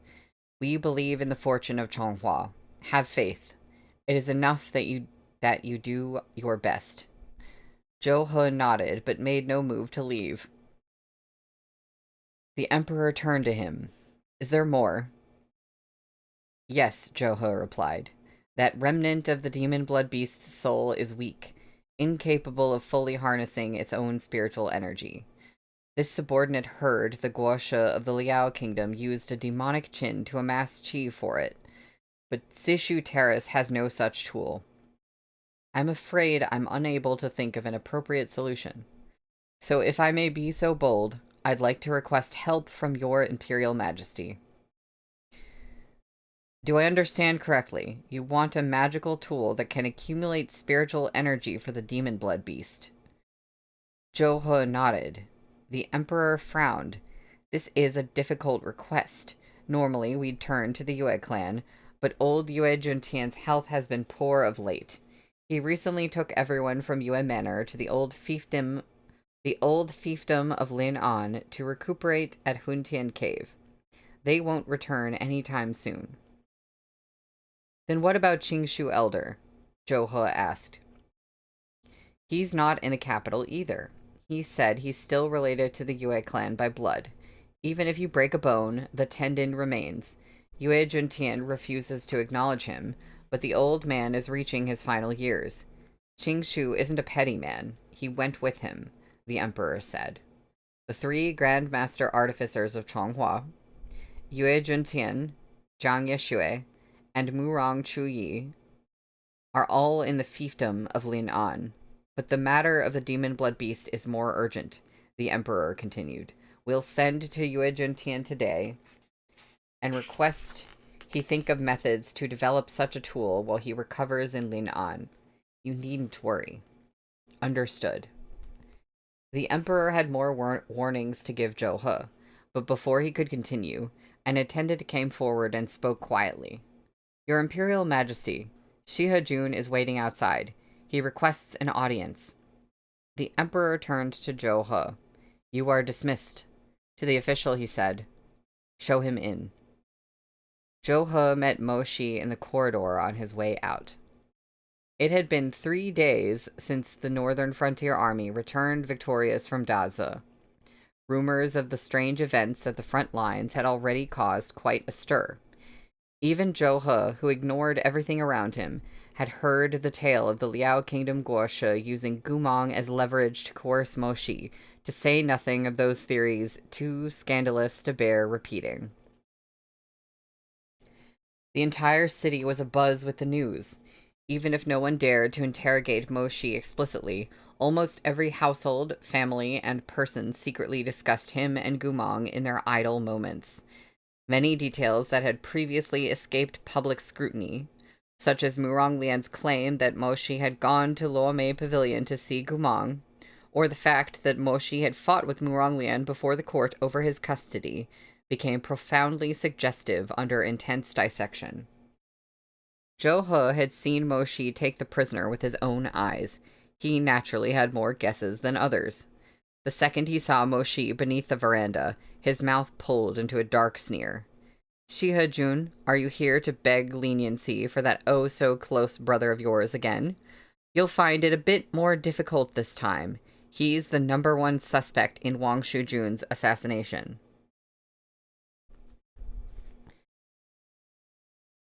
Mo Shi didn't dignify this with a response. His handsome face was icy as he passed by without so much as a blink, striding toward the terrace outside the throne room. When he arrived, the emperor was sitting by the lacquered railing, having plucked a blade of foxtail grass to tease the red dragonflies hovering above the pool. Your Imperial Majesty. You've come. Mo Shi wasted no words. How is Wang Shujun? Mengzi is treating him, but his prognosis is poor. It's been days, yet he shows no sign of waking. So he's not dead, but... Mo Shi said nothing. But you needn't worry. We know the truth. We would never believe General Gu was the one who tried to assassinate Wang Shujun. It's merely that, with him currently in the eye of the storm, we must keep up appearances. The Emperor paused. The cell we sent him to is a prison in name, but as we've shown you, it's a quiet chamber suitable for rest and recovery. If you want to see him, you needn't inform us. You may go as you please. I came precisely because of this matter. The Emperor frowned. What about it? Mo Shi had considered his words before coming. He'd thought of telling the Emperor that no matter how well the imperial household protected Gumong, he could not be at ease. He'd thought of confessing he'd endured too many separations with Gumong in the first half of his life, and was unwilling for Gumong to leave his sight. He'd even thought of directly revealing his relationship with Gumong to the Emperor. But when the time came, he found that anything he could say would be useless. He had a vague feeling that the Emperor already knew it all, and that nothing more needed to be said. And so Mo Shi merely replied, I still plan to have him secretly brought back to Shihe Manor. The Emperor was silent a moment. He sighed. Shihajun, taking him into custody for interrogation is only a pretense for outsiders. You know we have treated him with care since you both returned from Dazu. The black magic energy in his body is out of control, and his mind is in such chaos it's on the verge of collapse. We've done all we can to get him treatment. I know, Moshi said. I've been caught up with work at the Bureau of Military Affairs the past few days, and have hardly been home. I couldn't take proper care of him, and have relied entirely on your Imperial Majesty to tend to Gu Shixiang. So long as you understand. But now I have finished with my duties. I want to be by his side. The Emperor let the foxtail grass fall, startling the circling dragonflies into scattering. Do you not trust us? It's just that I promised never to leave him again. The Emperor heaved another sigh. Shihajun, the eyes of all of Chonghua are on the two of you. We don't know how much of those rumors... He fell silent. After a pause, he said, It's safer to keep him here with us. But Moshi had no intention to negotiate. He looked at the Emperor, silently and resolutely. After a long moment, the Emperor relented, slightly exasperated. All right, if you insist, you may retrieve him from our treatment room, but you must be careful. Don't let anyone notice he's in your manor. Moshi cupped his fist in obeisance. Many thanks to your Imperial Majesty. He had just turned, ready to fetch Gumong, when he spied a secret guard of the palace rushing toward them over the rooftops. The guard leapt down from the eaves and staggered on the terrace, bleeding from several serious wounds. Your Imperial Majesty. The Emperor was astonished. What's happened? Bad news. A powerful enemy broke into Gumong's treatment room.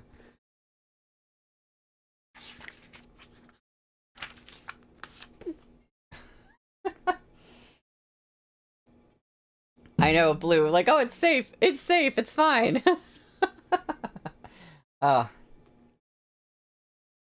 Totally safe. Totally fine. Well, this chapter, 158, is called The Final Straw. Just a second. Okay. Yeah. That's the final straw indeed. Yeah. Inside the treatment room, a slender man in close-fitting black robes stood beside Gumong's bed. One hand held a scimitar, its snow-bright blade stained with blood and dripping red onto the floor. Gumong sat on the bed, gazing through the translucent gauze canopy as the man drew closer. Maybe those memories had shocked him too deeply. Few emotions showed on Gumong's wan face. There was only an icy numbness as he stared at this unexpected guest. Gumong was first to break the silence. Why did you want to kill Murong Lian? The black-clad man stilled. How did you know it was me? Gumong gazed at him. The Liao Kingdom fused me with a wolf. I have the senses of one. So that's how it is. Why did you want to kill him? Gumong said through gritted teeth. He held little hope that this person would respond, but to his surprise, the black-clad man slowly came to a stop. A low, muffled voice issued from the black cloth covering his face. You've got it wrong. I was the one who attacked Murong Lian, but it wasn't me who wanted to kill him. I'm merely following orders. But, he continued, I can tell you why that person wants him dead. Murong Lian knows too many secrets. If it were me, I wouldn't let him live either. Then what about me? Gumong asked. Why take such pains to kill me? Wrong again. I haven't come to kill you at all. Gumong stared at the blade dripping blood. Very convincing. That black-clad man caressed the scimitar, chuckling. If I could, I would take your life.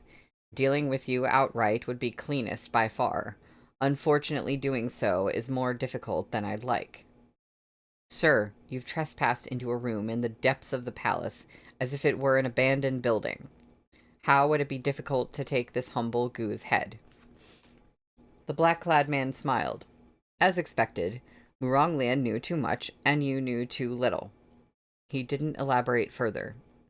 The Imperial Palace was filled with formidable experts. If he tarried too long and reinforcements arrived, he would find escape challenging no matter how extraordinary his skills. No, I've come to tell you a secret. Gumong narrowed his eyes slightly. He'd more or less guessed this person's intent. Judging by what Liao's Guoshe had said, Gumong's current body was like a vessel spiderwebbed with cracks. Any substantial shock and he would shatter totally, reduced to a walking corpse consumed by black magic. Perhaps this visitor didn't plan to kill him with the blade, but he was likely hoping to strike his mind and destroy what sanity Gumong retained. Sitting up straight, Gumong pinned blue eyes on his opponent. This man wouldn't succeed easily. The onslaught of rumors, Muronglian's grave injury, Auntie Lin's identity, the truth about his family, all those blows had already landed. Though his memories were a mess, fractured and broken, he still maintained his sense of self. I just saw a word on the next page. Nope, not looking at that. If he were devoured by black magic, there would be no return. Gumong refused to fall into the abyss. What devastating secret could his opponent possibly use to break him? In an instant, countless guesses flashed through his mind. He donned them like armor. No matter what this man said, he thought, he wouldn't be shocked. But the black-clad man spoke 4 words Gumong hadn't expected at all. The vow of calamity.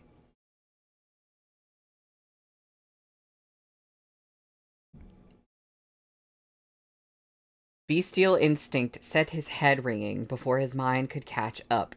Gumong's blood ran cold against his will. Eyes the clear blue of lakes widened slightly. He could feel the defenses he'd built shudder, about to be destroyed by these words. He shouldn't listen. He knew instinctively he shouldn't listen. But like a moth drawn to that fatal flame, he murmured, "What?" Have you never considered why His Imperial Majesty would give Moshi command of your remaining soldiers? The black-clad man's words stabbed into Gumong's ears like a needle. His Imperial Majesty had decided to assign him the scarlet-plumed battalion. Why would a noble of purest blood end up commander of your northern frontier army? Gumong felt his heart grow cold. That black-clad man's teeth clicked. Because of the vow. The words were like a strike of lightning, like his insides had been set aflame. It was right after you personally stabbed him. He knelt before the throne room for 3 days and 3 nights, dragging his ailing body to plead for mercy on behalf of the men you left in Changhua. He's such a proud person, yet he trampled himself into the mud. Before the entire court, he vouched for you, pled your innocence. But what did he get for his pains? Wasn't it just a dagger through the heart? The man continued, unstoppable. Have you any idea how many in Changhua mocked him? He already had his own enemies. Those nobles who were usually no match for him came to taunt him, saying he was a poor judge of character, that he was possessed, that it was his fault for not noticing the presence of a traitor like you in our midst. If only he had seen your true colors earlier, they said, those innocent people wouldn't have died so horrifically. They blamed the entirety of the defeat and loss on him. He suffered the criticism leveled at him by the nation and the pain of your abandonment of him, the hatred he had for his country's traitor, and his abiding friendship with you. The black-clad man enunciated every syllable, forging them into sharp blades that pierced Gumong's soul. Did you imagine you were alone in enduring torment, living through a suffering you couldn't speak of? While you were in hell, he was trapped by his circumstances, enduring a life worse than death in much the same way. Yet at least you went into hell knowing why. He was blind to everything. All of you lied to him, made choices for him, and cared nothing for his true feelings. Oh, Gumong, the black-clad man's voice dripped malice. You forced his hand. Gumong cowered within the canopy as if stung by those venomous words, his face white as paper. It was you who refused to tell him anything, and blinded his eyes. It was you who feared that if he asked you to stay, it would shake your resolve, so you selfishly sent him to the frontier. Yes, you dealt with it cleanly, but you didn't even allow him to say a proper goodbye. No. No. Gumong clutched his head, curling up in the depths of the bedding. No. What no? How is it not so?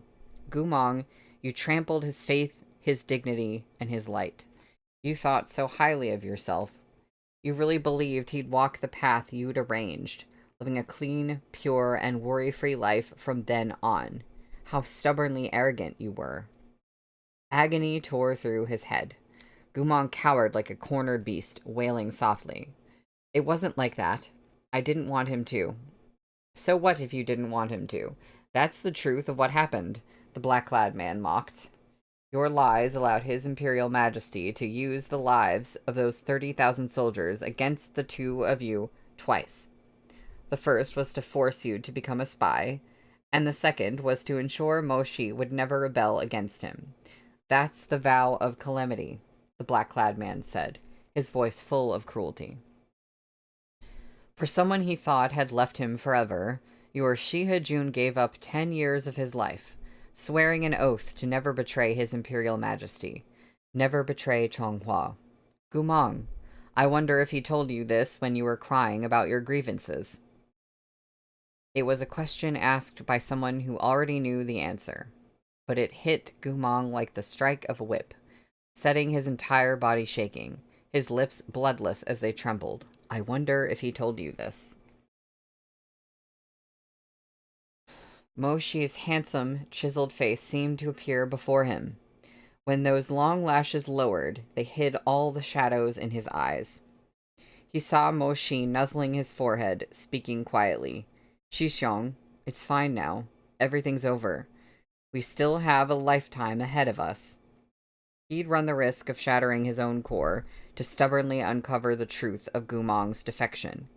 He'd brought Gumong ashore, listened to Gumong's suffering, understood Gumong's heartbreak, and promised him whatever happened next, they would bear it together.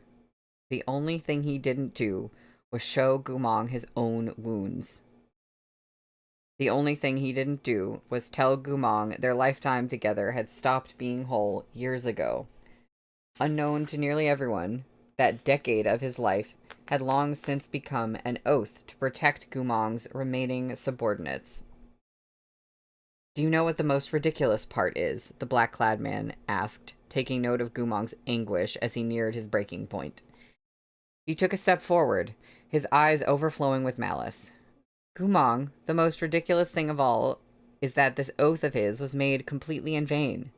You and His Imperial Majesty had already made a promise, but you kept him as ignorant as a fool, let him go sleepless with worry.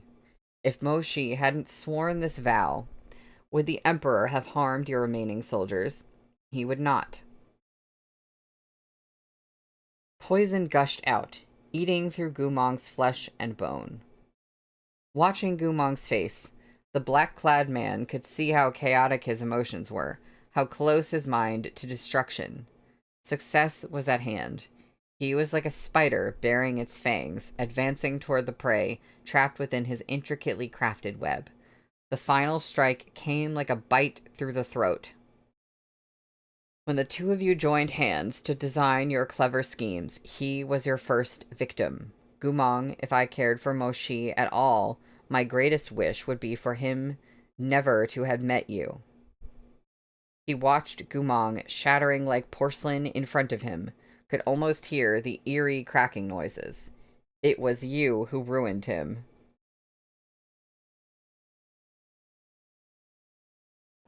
Like a bowstring snapping, Gumong howled, low and anguished, burying his head in the blankets. Spine curling, he tangled his fingers in his hair, voice a beast-like wail. The vow of calamity. The vow of calamity. He seemed to feel that gust of wind from the academy years ago. The silver birch rustled. Beneath the tree, That elegant youth, eating a zongzi with delicate bites, felt his gaze and turned to look quietly at him. Those pristine black eyes, that young man he'd thought rare as unpolished jade at first sight, ended up the first fallen chess piece on his board, and he'd never even known. Shihajun, Wangshujun, Lu Jianxing. Gumong, you think these people's sacrifices had nothing to do with you, but you're wrong. When you became His Imperial Majesty's right hand, when you two plotted for your righteous equality, they became pawns in your hands. You will never be able to escape. The black-clad man placed a slim jade scroll, the scroll that held the scene of Moshi swearing the oath, on Gumong's bed. He shot an expressionless glance outside the room. Already, strong spiritual energy pressed toward the quiet chamber. His time was up. But he was certain of his success. The chance Gumong would endure the second blow was vanishingly small. He had even managed to steal the scroll containing the record of those ruthless events, which he now handed over to the man on the edge of insanity. He murmured, "You don't have to believe me. The jade scrolls can't be faked. Look what your misguided choices did to him." With that, he sheathed his blade.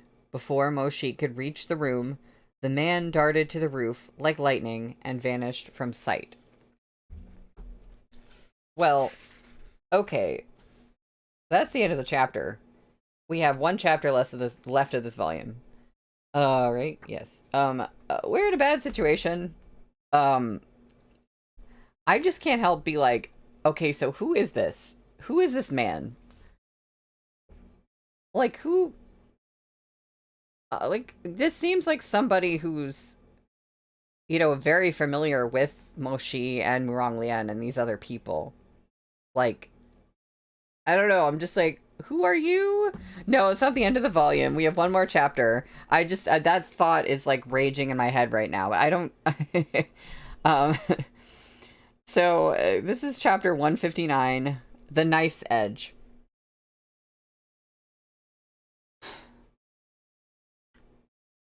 By the time Moshi and the Emperor made it to Gumong's chamber, a crowd of cultivator guards had surrounded the room, but no one dared to get close. This one greets your Imperial Majesty. This one greets Shihajun. The Emperor came to a stop. A towering column of resentful demonic chi had burst from the room and shot toward the sky. The black flames twisted into the distorted shapes of claws in the air, then into the illusory head of a blue-eyed wolf.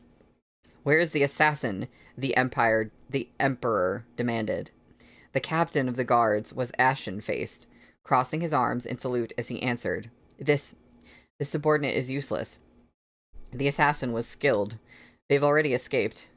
This subordinate has sent people after them." Moshi turned to him. "What about Gumong?" This captain had of course heard the salacious tales circulating about Moshi and Gumong.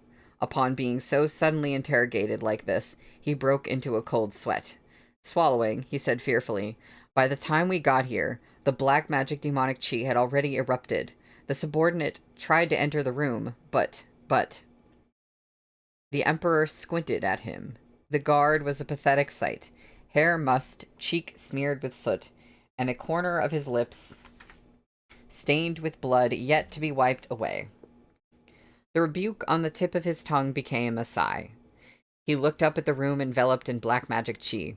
Beneath the stormy sky, the treatment chamber was overlaid with the swaying figure of a snow fey-wolf, ready to bare its white teeth and tear the crowd to shreds.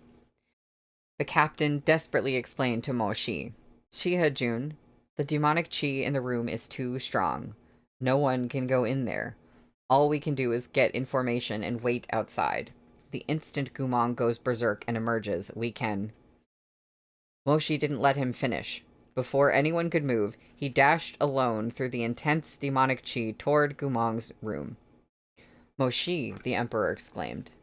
"Shihajun." Waves of dark flame crashed down as Moshi flung aside the shocked and terrified shouts of the crowd. Surging demonic energy stabbed toward him like sharp blades. But perhaps because a flame lit by Gumong burned in his heart, he didn't find the demonic chi so insurmountable an obstacle. Or perhaps neither hell nor a sea of flames could hurt him, because his Gumong Guga was within that room. In this world, there was nothing more painful than loss. Moshi slammed open the door, and its yellow sandalwood creaked. Wild demonic fire surged out. He raised a hand to block the spiritual energy, so intense he could barely open his eyes, and peered into the depths of the room. Gumong huddled on the bed in the treatment room. A history recording jade scroll lay beside him, shattered by the explosion of demonic flames. His head hung down, face buried in his hands. Moshi saw his solitary figure curled up like a beast, but he couldn't see his face. Gumong. He rushed to his side, but before he could touch his shoulder, he was thrown off by a burst of demonic chi. Gumong looked up. That beautiful face was crawling with black magic sigils, his eyes filled with blood, and his blue irises glimmering with dreadful light. He had already begun to mutate. Whatever lucidity lingered in his features was submerged by the agony carved into his face. Gumong seemed to be teetering on the edge, delirious as he faced the man in front of him. "You achieved nothing," Gumong rasped. He stared at Moshi, but the words didn't seem to be addressed to him. His nose wrinkled, eyes flashing with frantic sparks. "You achieved nothing of what you promised me, liar." I think he's talking to the Emperor. Before Moshi could react, Gumong had his hands clamped around Moshi's throat. He seemed to have sunk completely into his own madness. His blue eyes flicked back and forth across the room as he stood, one hand tightening around Moshi's neck as he pressed closer. "I didn't ask you to exonerate me. The people I killed, the blood I shed in those years, I can bear it. And I always planned to bear it alone. But what the hell did you take me for?" Moshi was growing lightheaded. Gripping Gumong's arms, he mumbled, "Gumong." Reflected in Gumong's eyes was not his little Shudi, but the Emperor of 8 years ago who stood upon the Golden Terrace on that rainy night. The ruler who had let Moshi swear the vow in the throne room. Gumong cocked his head, each word ground between his teeth. "My army, my brothers, my reputation, my memories. I have nothing left. I concealed myself for 8 years and became a creature, neither human nor demon. And you? The peace you promised me? Did you realize it? The equal world you swore to build? Have you made it come true? You've exhausted every possible target of your schemes. Can't you leave me alone? I've had enough. Don't tell me about your glorious tactics. You disgust me." Humans were not saints. Who could walk through this world and bear no grudges? The angry resentment in his heart, the grievance that had been locked behind rationality, the demonic chi fanned the flames of these emotions to towering heights. With one vicious strike, Gumong pinned Moshi to the wall. He stared into Moshi's eyes, trapped in his own pain and madness, incapable of recognizing the person in front of him. His mind was lost in chaos. Demonic energy coiled around his scarred body, rampaging through his veins as curse marks streamed from his heart to his arms, his neck, over his cheeks and brow. "Gumong." Moshi struggled to pry loose Gumong's spasming hands without harming him. "Look, he coughed. "It's me." What on earth had happened here? The assassin hadn't killed him. He'd obviously told Gumong something explosive, something that had broken Gumong's mind and shaken him to pieces. What had he said? Moshi grunted as Gumong slammed him against the wall with a dull thud. The Fey-wolf of dark flame surged behind him, his irises so blue they seemed to glow. Bestial madness slowly eclipsed human rationality in those eyes, swallowing everything but the agony reddening their rims. Why couldn't I keep Lu Jianxing? His tirade softened into tormented mumbling, heavy with self-reproach. Why was Mu Ronglian attacked because of me?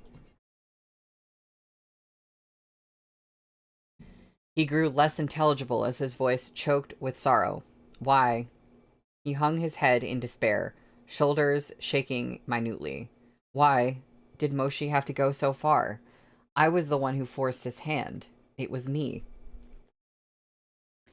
That black-clad man's cruel words echoed in his ears, the truths he divulged cutting into his head like knives, piercing his throat, shredding his heart and organs into a mutilated mess of flesh.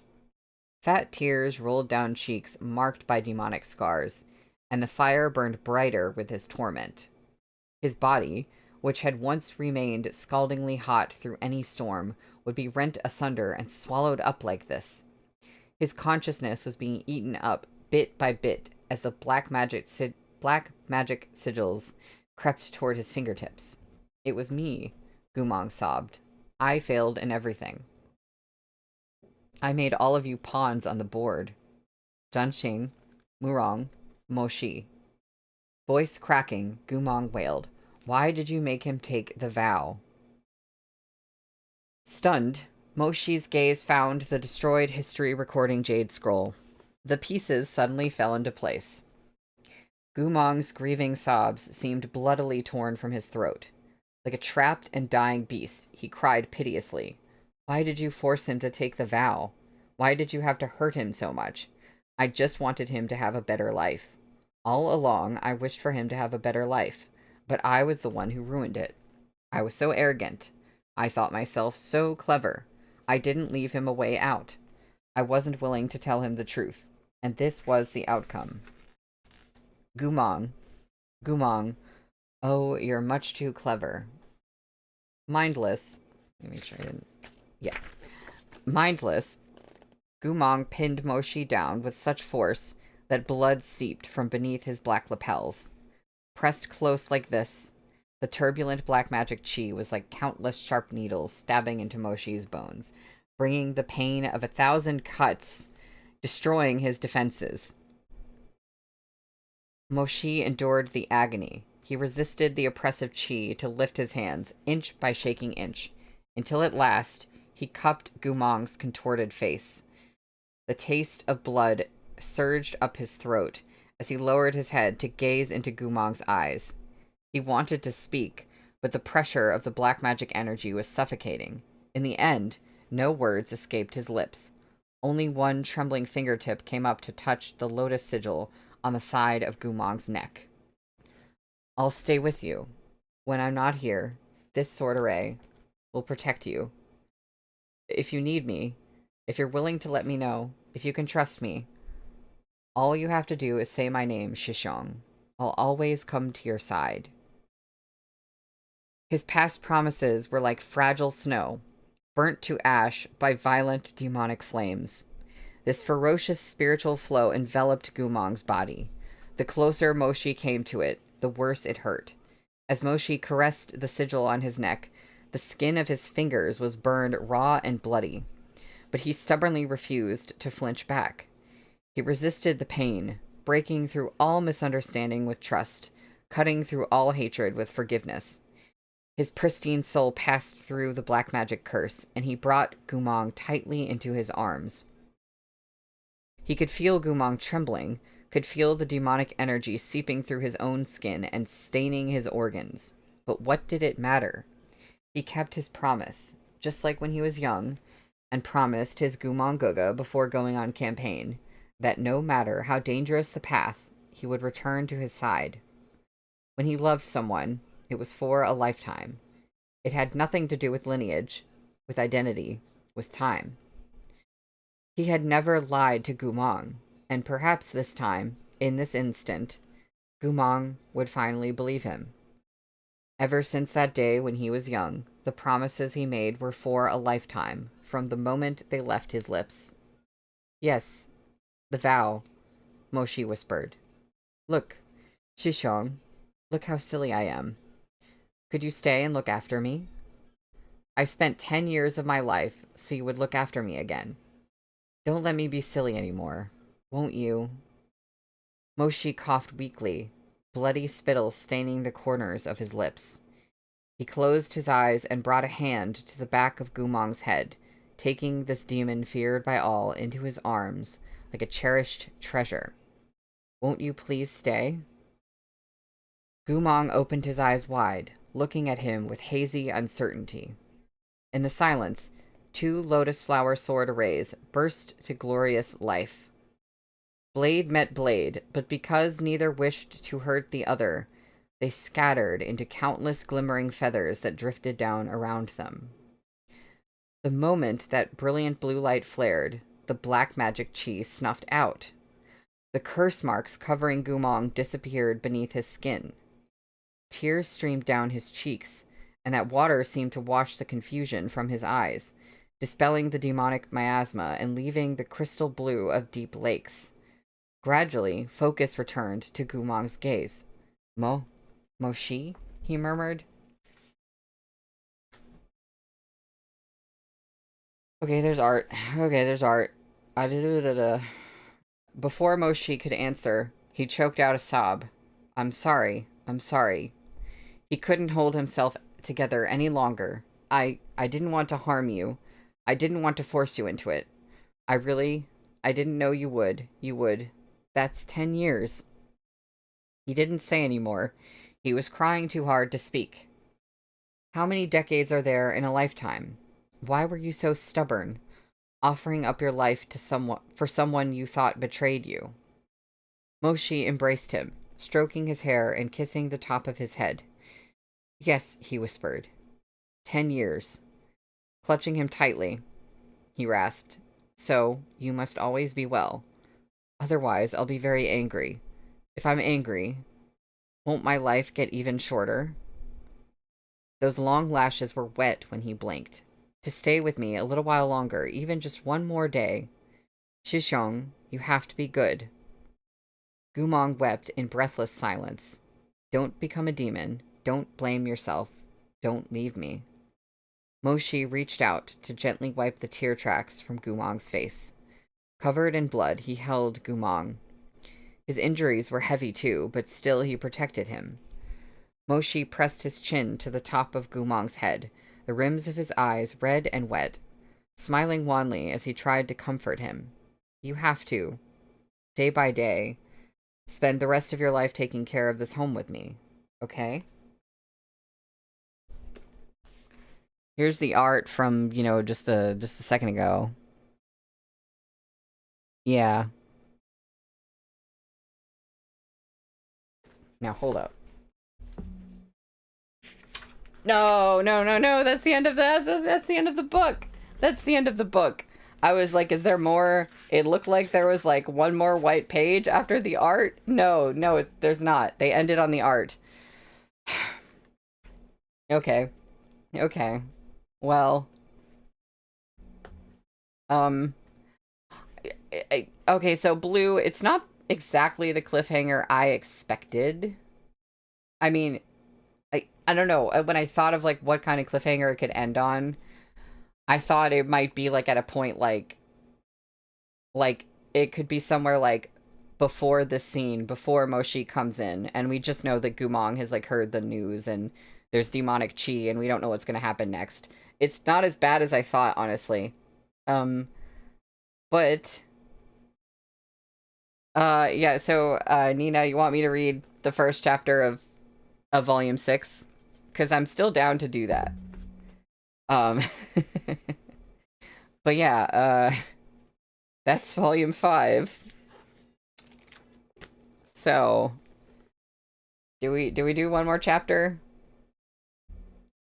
Oh, Henry, you have to go now. Oh, I'm sorry.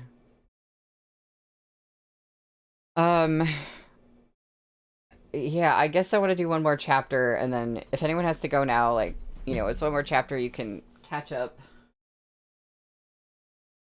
Sorry, I realize you can't hear me as well when I'm, like, spinning away. Should we wait? Should we? Okay. It's 7 pages, the first chapter of volume 6.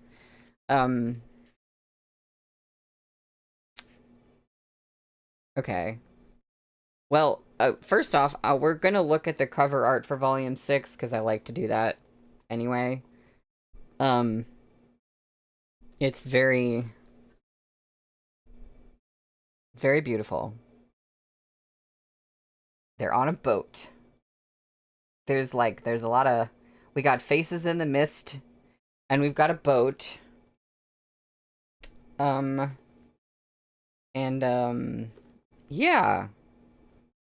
And it's red, and there's flowers. Okay. Alright. I guess I'm gonna read Chapter 1 of Volume 6. I'm not going to look at the insert art. Okay. Okay. Chapter 160. It is really short, right? Yeah, it's really short. Yeah. The Legend of the Soul Summoner. Moshi brought Gumong out of the treatment room. A secret kept by one person would always be a secret. Between two, it would be an agreement. By the time a third became involved, it was a liability. More than 10 people had seen Moshi rescue Gumong. These were shadow guards who had undergone strict training within the palace, but they were just human in the end. No secret could be successfully kept by more than 10 people. The matter of Shiha-jun risking his life to rescue a traitor rapidly spread throughout the entirety of Chonghua. After the incident at Daza City, the streets were already rife with salacious rumors about Moshi and Gumong. When this news broke, many of those who had remained cautious or skeptical sank into suspicion, one after another. Has Shiha-jun gone insane? Why would he go so far for a traitor? Oh yeah, Henry, you could stay. Ah, didn't you know? Their relationship's never been so simple. I know they used to be the very best of friends, but... brothers who'd follow each other into death.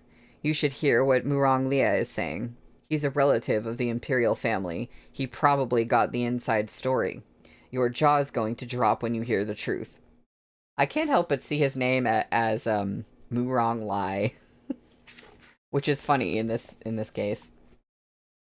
The entire city was abuzz, but Moshi had neither energy nor attention to spare for such trivialities.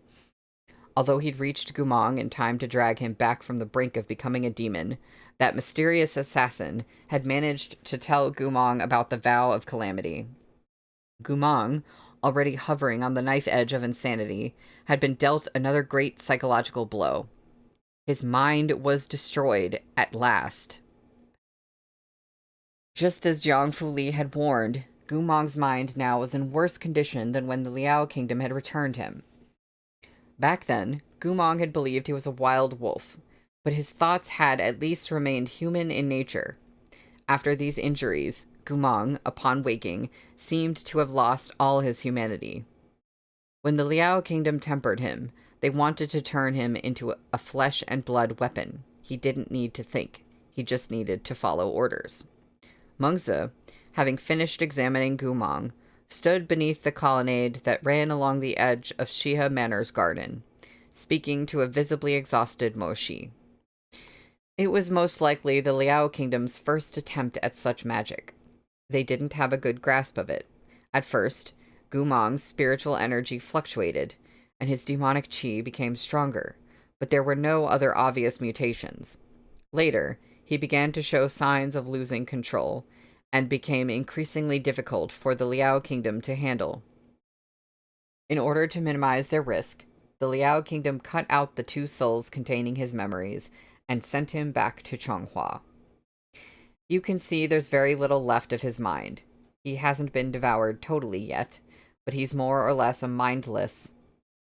Mengzi paused, the word monster held between her scarlet lips. Moshi's expression was beyond exhausted and agonized. She had grown up with Moshi. In all the years she had known him, she'd rarely seen such an expression on his face.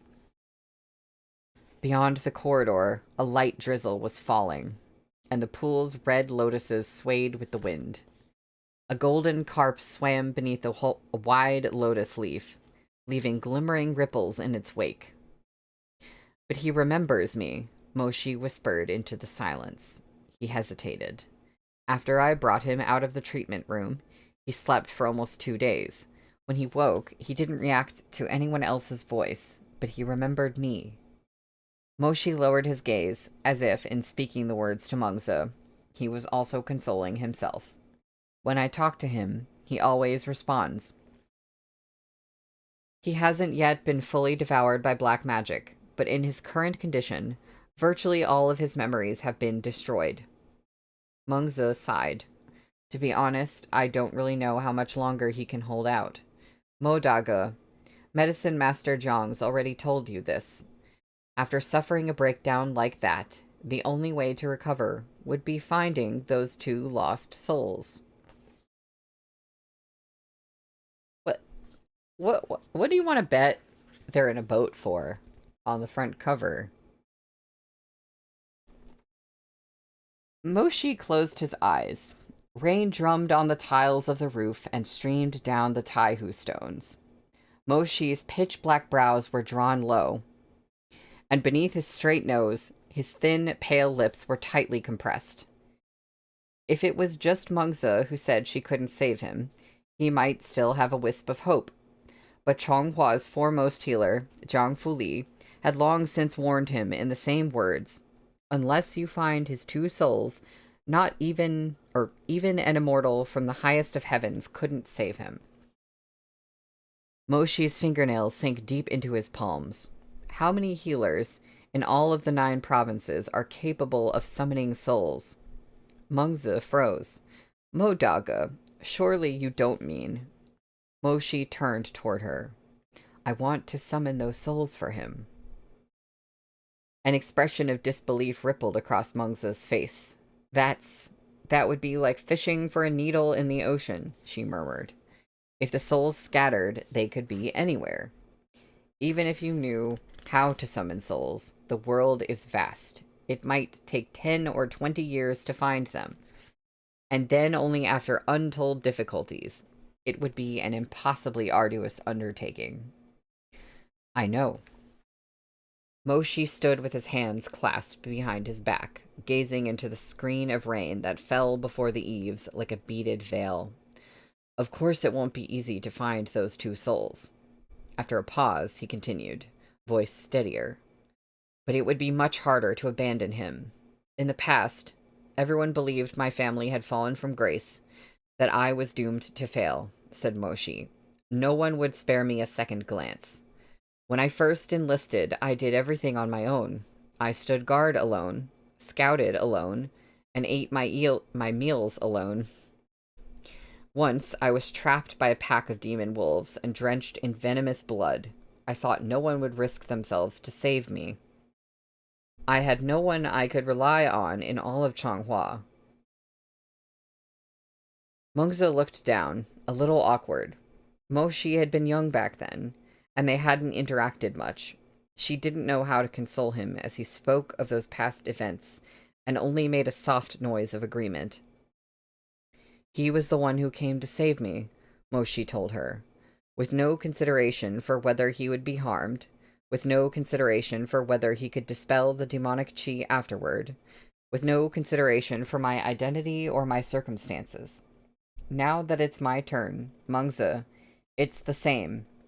No matter how hard it will be, no matter how it will end, no matter how long it takes, Moshi said, I will not turn back.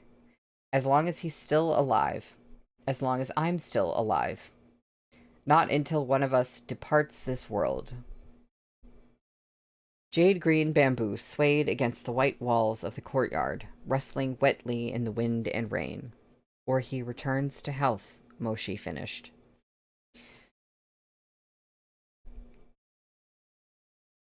Henry, I know, I, I, I started saying eels instead of meals, which is not, I mean, they could be eating eel. I don't know, that would make sense. Oh, what was I gonna say? I don't know why I'm kind of raising my eyebrow at Gumong rescuing Moshi from, like, demon wolves. Like, demon wolves that early on in their story? Okay. Well, there was something else I was going to say, but I completely forgot. Mengzi looked at the man behind her. She'd heard plenty of the murmurs spreading within the city over the past few days. As one of Moshi's closest confidants, she knew the truth better than most. She knew very well what Gumong meant to Moshi, and because of this knowledge, she felt Moshi was far too strong. Clearly, what he held in his arms was a flame about to gutter out. Clearly, what lay before him was a pitch-black road. Clearly, every fresh piece of news he received was more devastating than the last. Yet Moshi endured all of it.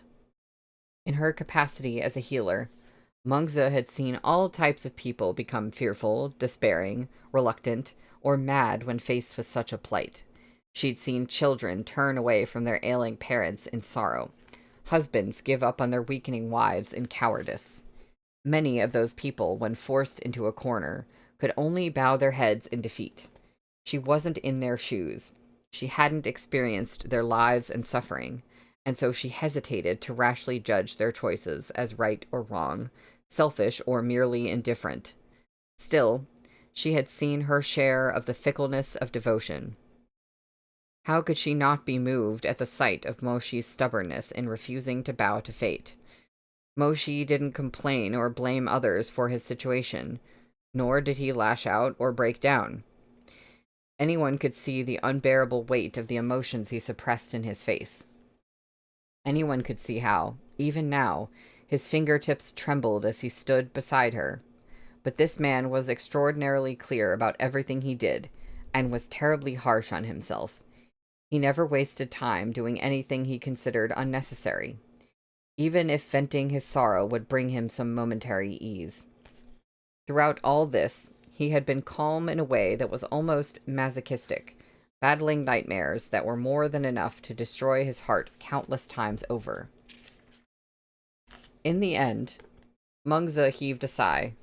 The soul summoning technique is a piece of the rebirth technique, one of the 3 great forbidden arts. For a healer to practice this school of magic, they would need not only a sufficient level of cultivation, but also to have had the opportunity to learn the technique. In the rumors among the medicine sects, such individuals are nearly supernatural in their abilities, and their whereabouts are unknown. They're practically legendary, but... Mengzi paused, her slender fingers gripping the hems of her sleeves as if in indecision. Looking up, she continued, I once came across a legend in a medicine manual I found in a bookshop. North of Lin An, there's a cluster of densely wooded mountains. Within them lives a reclusive sage who knows rebirth.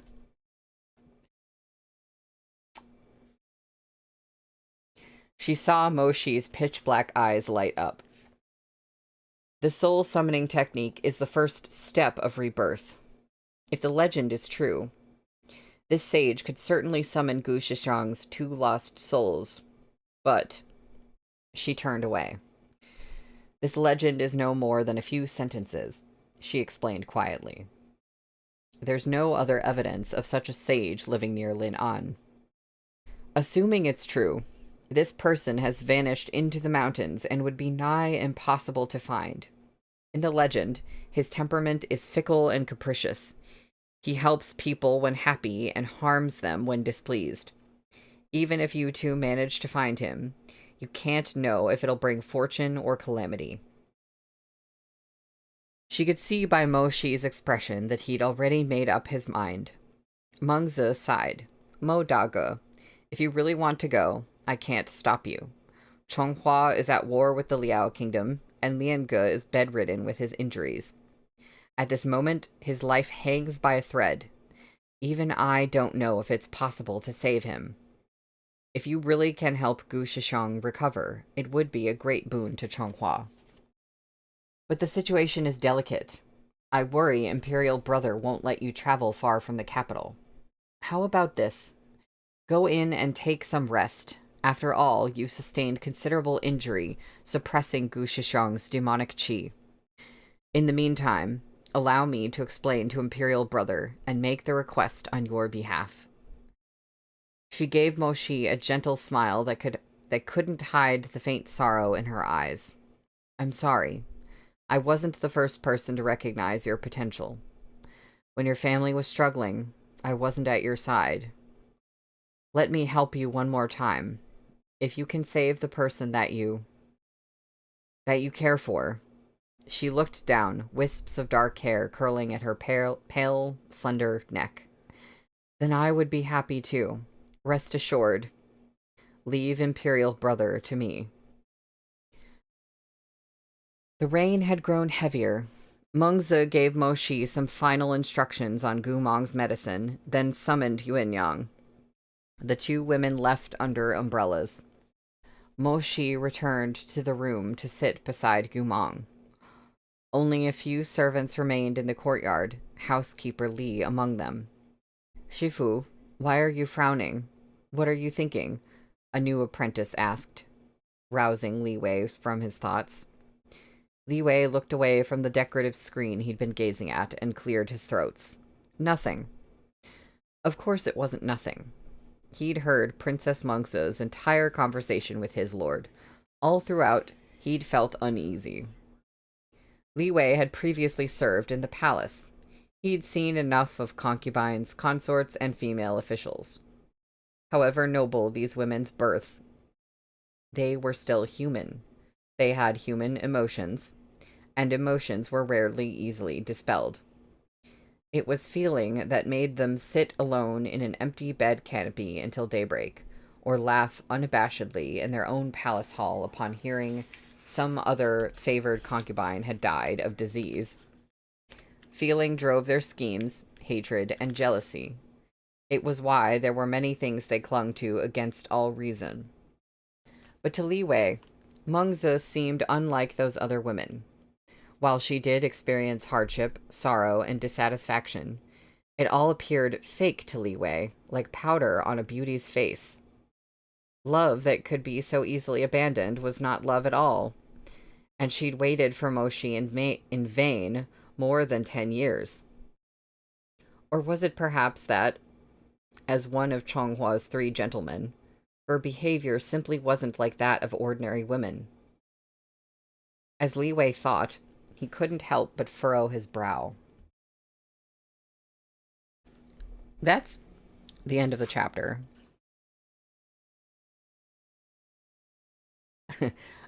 Henry, the Shime, secretly evil. See, okay. I'm kind of getting that feeling too. And I don't think Meat Bun would have written what I just read if we weren't supposed to have some thoughts about Princess Mengzi. Now, I think everything Li Wei just said about women could just apply to anybody. Like, how many people are there that just are so self-sacrificing and never, never selfish about anything about somebody that they love, right? But, like, I have been wondering about Princess Mengzi.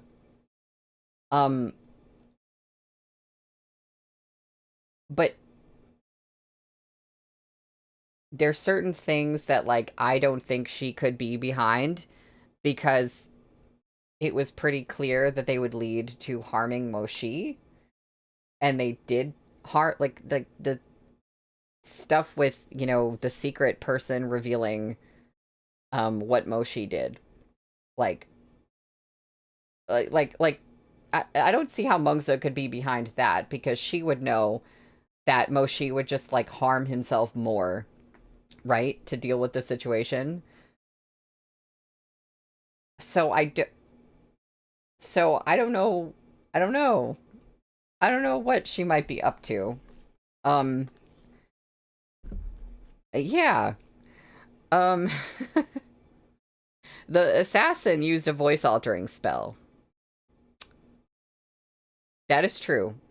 Now, I don't think the only reason to use a voice-altering spell is to, like, cover up your gender. It could just be to cover up, like, you're somebody that someone knows, so they know your voice.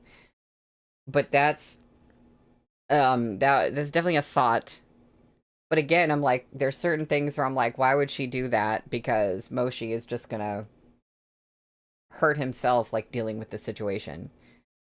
And she doesn't want that. I, I, unless, I don't know, I have a lot of thoughts now. So, that was the first chapter of Volume 6.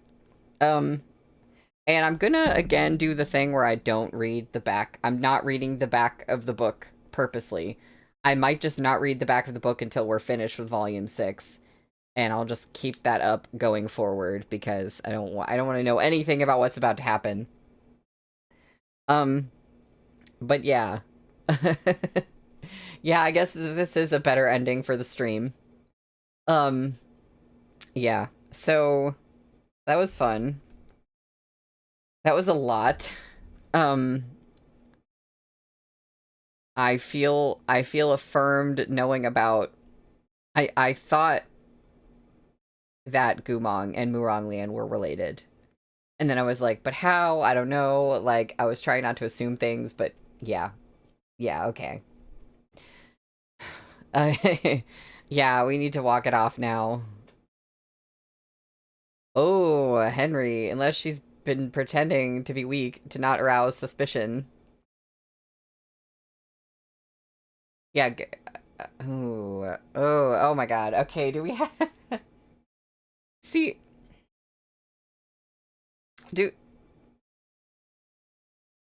I, I think it's unrealistic for Murong Mungza to be, like, the perfect person that she seems to be.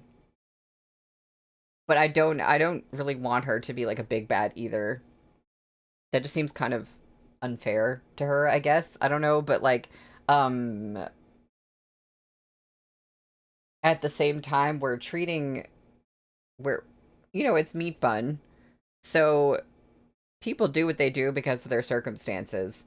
And we kind of learn to not judge them so much necessarily. So I don't know. that I haven't been able to form a lot of theories about this book because I don't know, I feel like things move so fast and there's so many things that are so like slippery and vague that it's been really hard to like grab onto stuff and be like, I've this theory. But now all of a sudden I'm like, it's my head is twisting. I'm the theories are theorying. Yeah. She could have some kind of secret motivations that we don't know. Um yeah. I don't know. I run like a full 30 minutes over the usual time. So I think I'm gonna pop out now, but next week we're gonna get fully into Volume 6. I'm really excited about that. I think Volume 6 is... I can't tell. It's a little bit longer than Volume 5. So we might actually take 6 streams for Volume 6, like, for real. So yeah. Well, I will see y'all next week. Have a good one. Bye.